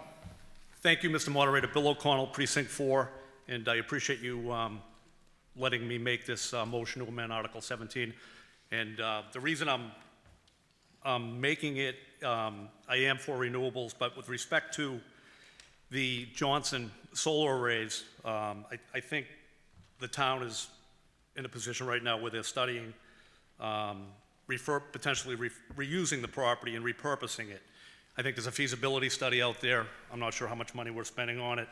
And I think at this point, to tie up the property in a 25-year lease, to encumber the property and potentially reduce the marketability of the property doesn't make sense. I think that, again, the solar panels on both schools on Fisher, Fisher and Old Post makes sense, but given that, I'm not sure, I think it might be close to $1 million for a feasibility study for Johnson. It's all one parcel. Reading the article, it looks like the entire parcel, I know we're only discussing dedicating or allocating the parking lot, but the article's a little bit confusing. So I just don't think it makes sense at this point to tie this up for 25 years. We can come back and revisit it when we determine what we're going to do with Johnson. I know there's been discussion concerning whether Johnson can be used for senior housing or potentially for school administration buildings, and we're going to be spending probably substantially more money on that to get it ready at some point. But I feel at this point it does not make sense to tie up the parking lot with solar arrays for 25 years. Thank you, Mr. Moderator. Thank you, Mr. O'Connell. Mr. Buckley. Good afternoon, Buckley, 7th Precinct, Chairman of the School Committee, 2000 graduate of Johnson Middle School. I will try very hard to not violate the snuffer rule. And through you, Mr. Moderator, if I could ask a point of parliamentary inquiry, how old do I have to be to get a rule named after myself? Is it 80? Or do I have 50 years to go? Okay. Mr. Snuffer, do you have a street named after you yet? I do, and as a matter of fact, he lost his right to vote. He left. He's going to take mine and vote twice. Thank you. I rise in opposition of the substitute motion, which I am sure is well-meaning. Some things to consider. Number one, the school committee brought this proposal forward because we believe strongly in seeking additional ways to defray the cost of education to our students. This project would, the 3 proposed areas, Old Post Road School's roof, Fisher School's roof, and the Johnson canopy would generate $800,000 worth of savings over the 25-year lease. I would point out, we talk about the reutilization of the Johnson site. The assessor, Mr. Flisk, can correct me, but it's 2 parcels, 25-11, 111 Robbins Road, and 25-157. So we're talking about 2 separate areas. This is a parking lot canopy. It is being constructed so that you can still park cars underneath it. Should the select board decide in its infinite wisdom to sell the Johnson property, that lease would just go with the property, so there'd be no change there. Importantly, and again, the town administrator can correct me, but Article 14 of our MSBA project funding agreement says that should we sell this parcel, that will be viewed as revenue and the money we get from the state will be decreased. So I think selling the parcel is something that could happen, but perhaps is a bad idea. So in general, I think my points are that regardless of who owns it, regardless of what the town does for it, there are so many great uses for the parcel, the panels can remain. What is in jeopardy are the solar credits that we're using for this project. The town will get less money back the more we wait. Conversely, if we had done this project 3 years ago, we would have gotten more solar credits. So I think the motion as presented is the correct one. I respectfully voice my opinion against the proposed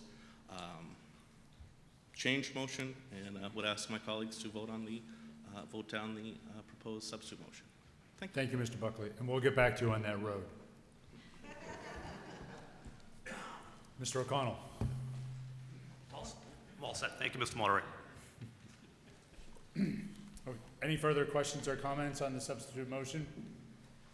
There being none, this will make the substitute motion the main motion. This requires a majority vote. Yes, this is. All those in favor, please say aye and raise your green cards. All those opposed, please say no and raise your red cards. No. The motion does not pass.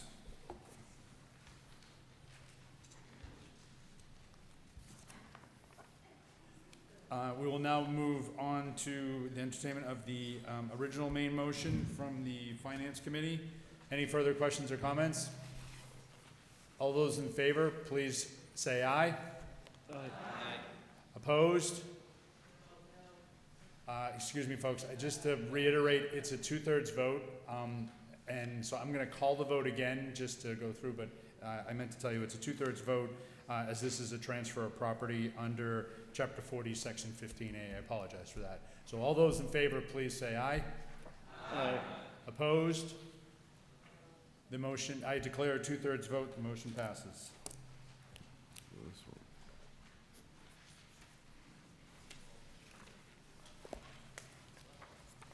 Article 18.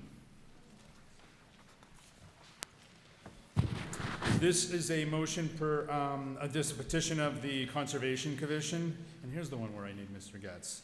So this is an amendment to the storm water management bylaws. It is regularly moved and seconded that the town vote to amend Chapter 499 of the Walpole General Bylaws, stormwater management, by deleting the text in its entirety and inserting in its place the language as set forward in Article 18 of the warrant booklet. This is, as I said, a petition of the Conservation Commission. Mr. Trudell, the Finance Committee vote. Finance Committee voted favorable action 14-0-0. Thank you, Mr. Trudell. Mr. Gallivan, Select Board vote. Select Board voted favorable action 4-0-0. Thank you, Mr. Gallivan. And Mr. Getz, the Conservation Commission vote. Conservation Commission voted 7-0-0. Thank you, Mr. Getz. Favorable, I'm assuming? Yes. Thank you, sir. Any questions or comments with regards to Article 18? Mr. O'Leary? Robert O'Leary, Precinct 3. Would it be easy if I just went through and just kind of marked off the areas that I questioned? Just to read them all off? You don't have to read it all off at once if you just want to make your comments, if I'm following you correctly. Okay.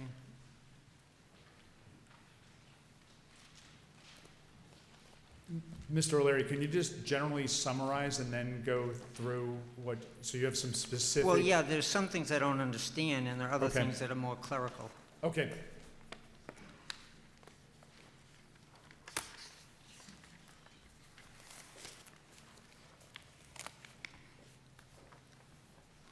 On the page that talks about the objectives to the law, that added 11 and 12, and one of the words is encourage, and I was wondering if they have the authority to change it to require.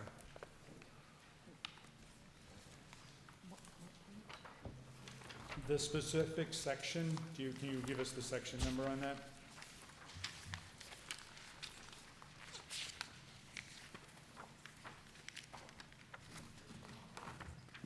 Its purpose, 49913, purpose. Purpose 49913.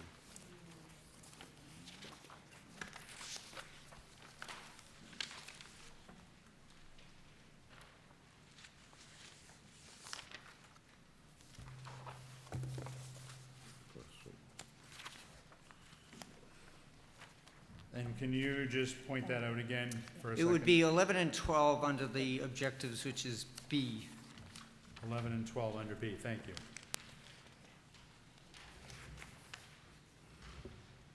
And you want to change wording specifically? Well, typically encourage doesn't really have any. So here's the dilemma that we face, okay? So if you want to change specific wording in this article, the motion, because the motion refers to the article because of the specificity in it, I need a substitute motion. Okay, there's so much in here that I didn't think that was reasonable. Okay, so that's, so do you wanna, so that's one example you want wording changed, right?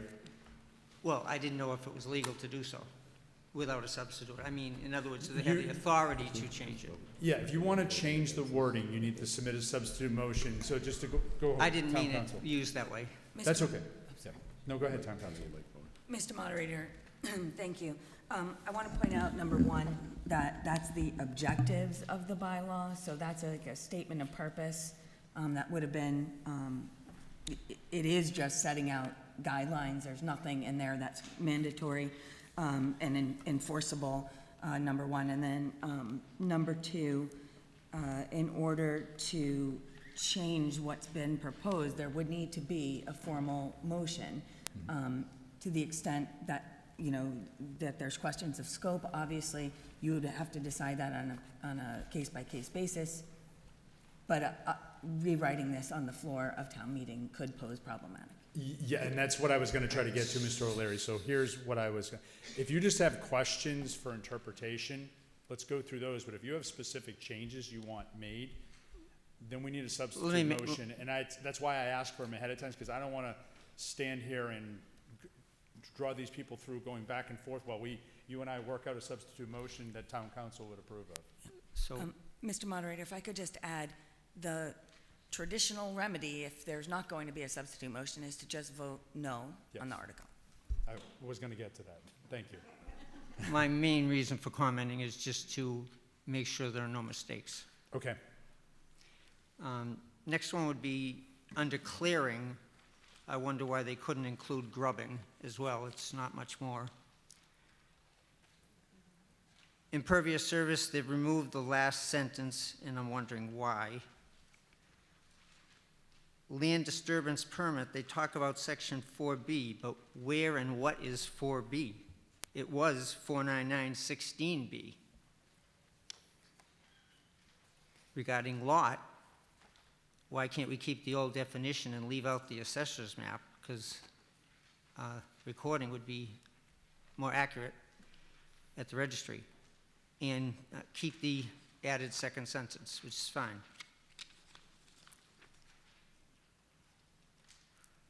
Total suspended solids, I wonder why they've removed trash and debris. My next question would be when they've added a new wetlands resource area. The only difference I see there is they've added chapter 561, section 9. And I just wonder, is there a difference here being recognized? The next one, which is another problem area actually, the fast track permit. It'd be C4. It talks about section 13 and section 15. Where are these sections? I mean, section 13 talks about the purpose, section 15 talks about the authority, but under 49925, which is section 13, it talks about inspections. In 49927, relating to authority, it's enforcement. So the terms are not exactly the same. So I would question, where are these sections?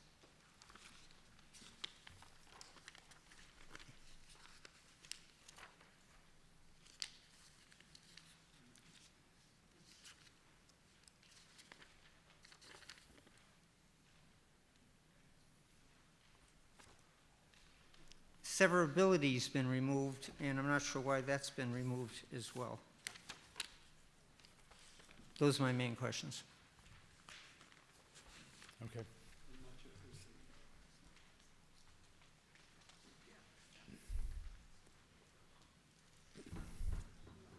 Yes. Landis Hershey, conservation agent. So there was a lot brought up, but I would say I just got these comments today, so it's a little hard to address them without seeing them in front of me. But as far as the definitions and as far as the bylaw was from a model bylaw in order to comply with EPA's MS4 requirements. So some of the language that he's referring to is language that majority of the towns that have approve this have used. Encourage low-impact development. We want to encourage low-impact development. We can't require it. And as far as, again, it was hard for me to follow on the fly without seeing it on paper. The definition for wetlands resource areas, again, is standard definition that is used by all towns who are revising this modeled bylaw, this bylaw. As far as the fast track permit, number 4, I can see what happened here, and it's really what I would call a Scribner's mistake that hopefully can just be corrected. When the Conservation Commission was originally revising the bylaw, it came out in 2007, it was a standalone bylaw, and the numbering system started at 1, 2, 3, 4, 5, 6, 7, 8, 9, et cetera, et cetera.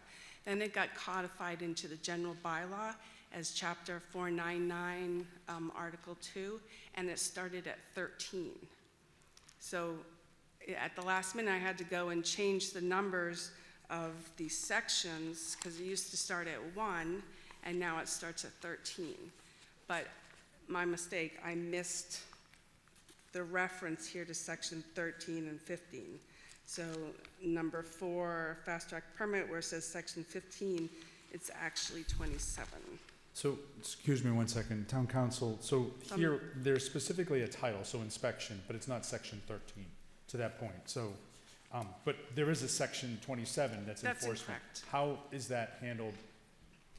Mr. Moderator, I would suggest that if there are issues that are grammatical or, in this case, numerical in nature, that the vote to approve this article include authorization to have the town clerk correct any internal inconsistencies and ensure, working with the town administrator, that they're correct and correctly numbered, and also to put a note of that into the bylaws so that it's clear that that happened at this meeting. Does that require a motion?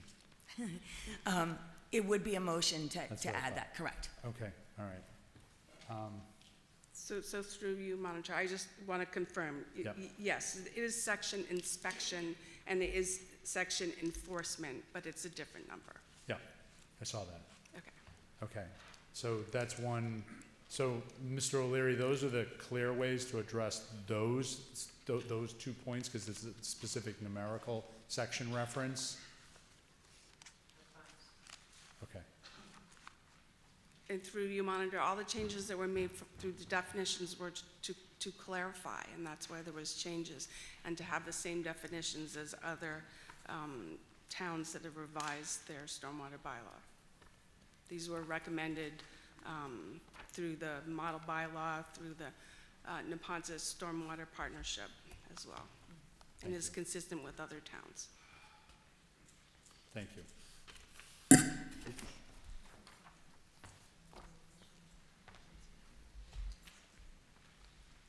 Sorry.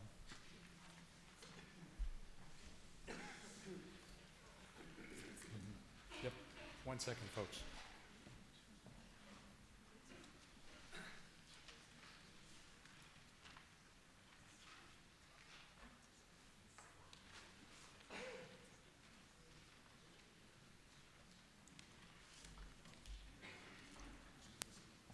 Okay, yeah.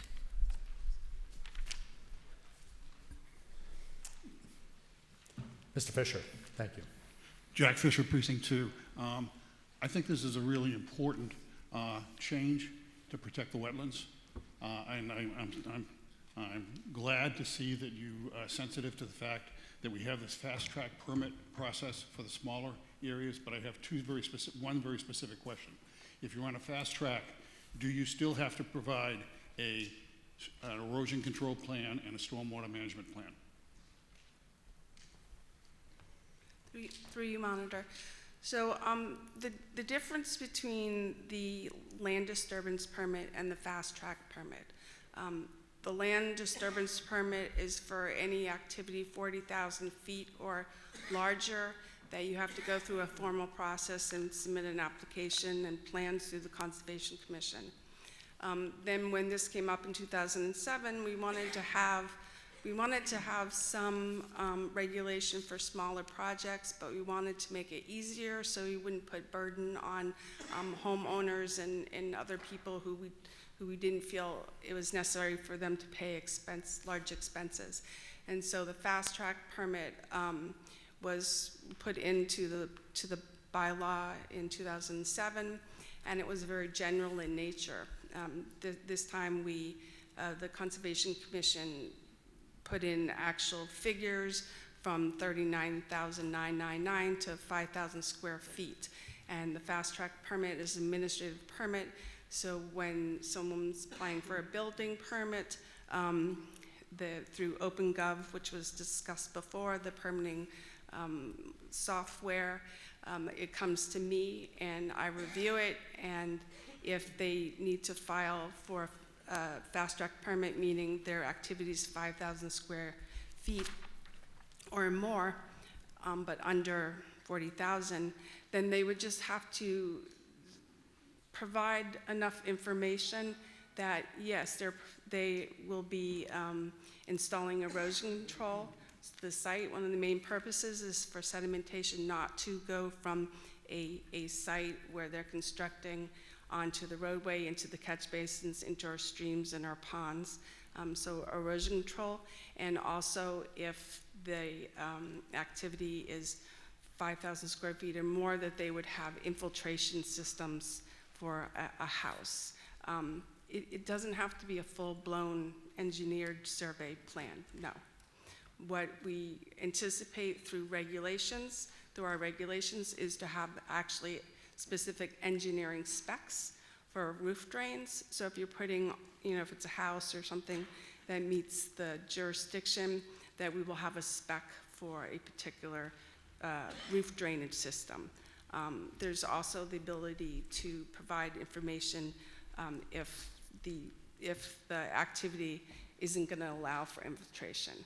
So the answer to your question, and I think I'm answering it correctly, but let me know if I'm not, no, it's not a full-blown engineering survey plan, because that's an expense we wouldn't want to put on a person. That's exactly the answer I was looking for. Thank you. You're welcome. Thank you, Mr. Fisher. Mr. Buckley, did you have, or did you just stay there after your last comment? Okay, that's all right, thanks. Any further questions or comments? Mr. Hassenega. So just while Mr. Hassenega is coming to the microphone, so what, Mr. O'Leary, what I had town council draw up, if this sounds like a good motion to you and this body, the town clerk be authorized, so this would be added to the article, okay? That the town clerk be authorized to make ministerial corrections to ensure that the numbering is consistent with the bylaws of the town of Walpole, and to correct any internal inconsistencies in numbering, lettering, etc., and to make an editorial note to that effect. Does that satisfy you? Can I get a second? Second. Mr. Trudell.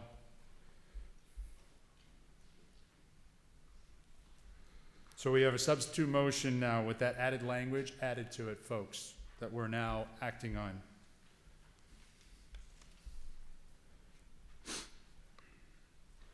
Mr. Hassenjaeger. Yep. Hassenjaeger, Precinct 1. To me, this is a big change, going from 40,000 square feet. Now we're doing anything above 5,000 square feet. We're having inspections. We're having a whole page of different reports and scientists, measurements, studies, plans.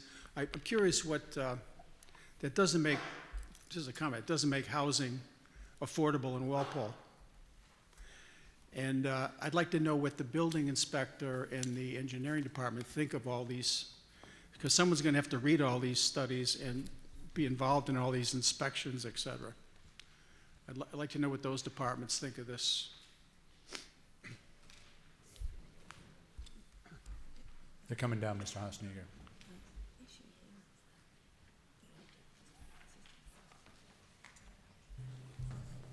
Mr. Moderator, as they make their way down there, I just want to remind you that they're updating this to be consistent with the law, so. Yeah, it says that, I think, doesn't it? Mr. Monitor, can I add something before engineering? Fast track permit was. Yes, you may. Thank you. Just everyone should be aware that the fast track permit was included in the 2007 bylaw for any activity below 40,000 square feet that would change impervious surface or the drainage patterns of the land. We could regulate 10 square feet, 100 square feet, 300 square feet. In this revised regulation, we put in a stop at 5,000 square feet. It is not more regulations. It is only more defined. It is not additional. Just wanted to make that clear. Thank you, Ms. Hershey.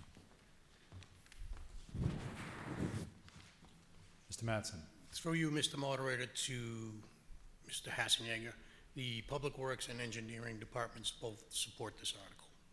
Thank you, Mr. Mattson. Mr. Crowley. Thank you, Mr. Moderator. Jim Crowley, Building Commissioner.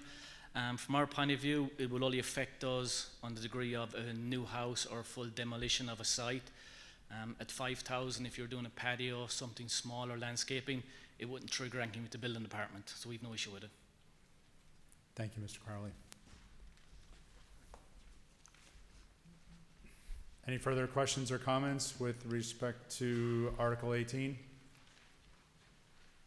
There being none, this requires a simple majority vote.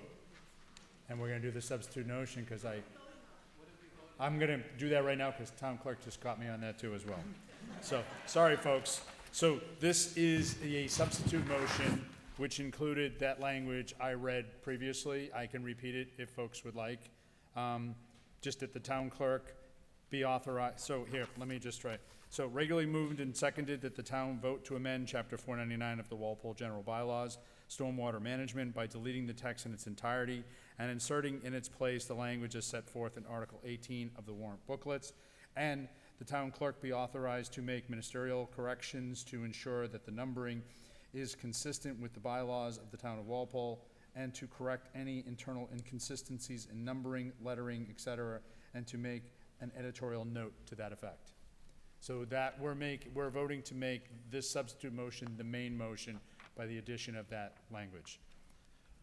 Okay, requires a simple majority vote to make the substitute motion the main motion. All those in favor, please say aye. Aye. Opposed? It is unanimous. The substitute motion passes. And we will now vote on the motion overall to pass as the main motion. So all those in favor of our Article 18, the motion for Article 18 as amended, please say aye. Aye. Opposed? It is unanimous. The motion passes.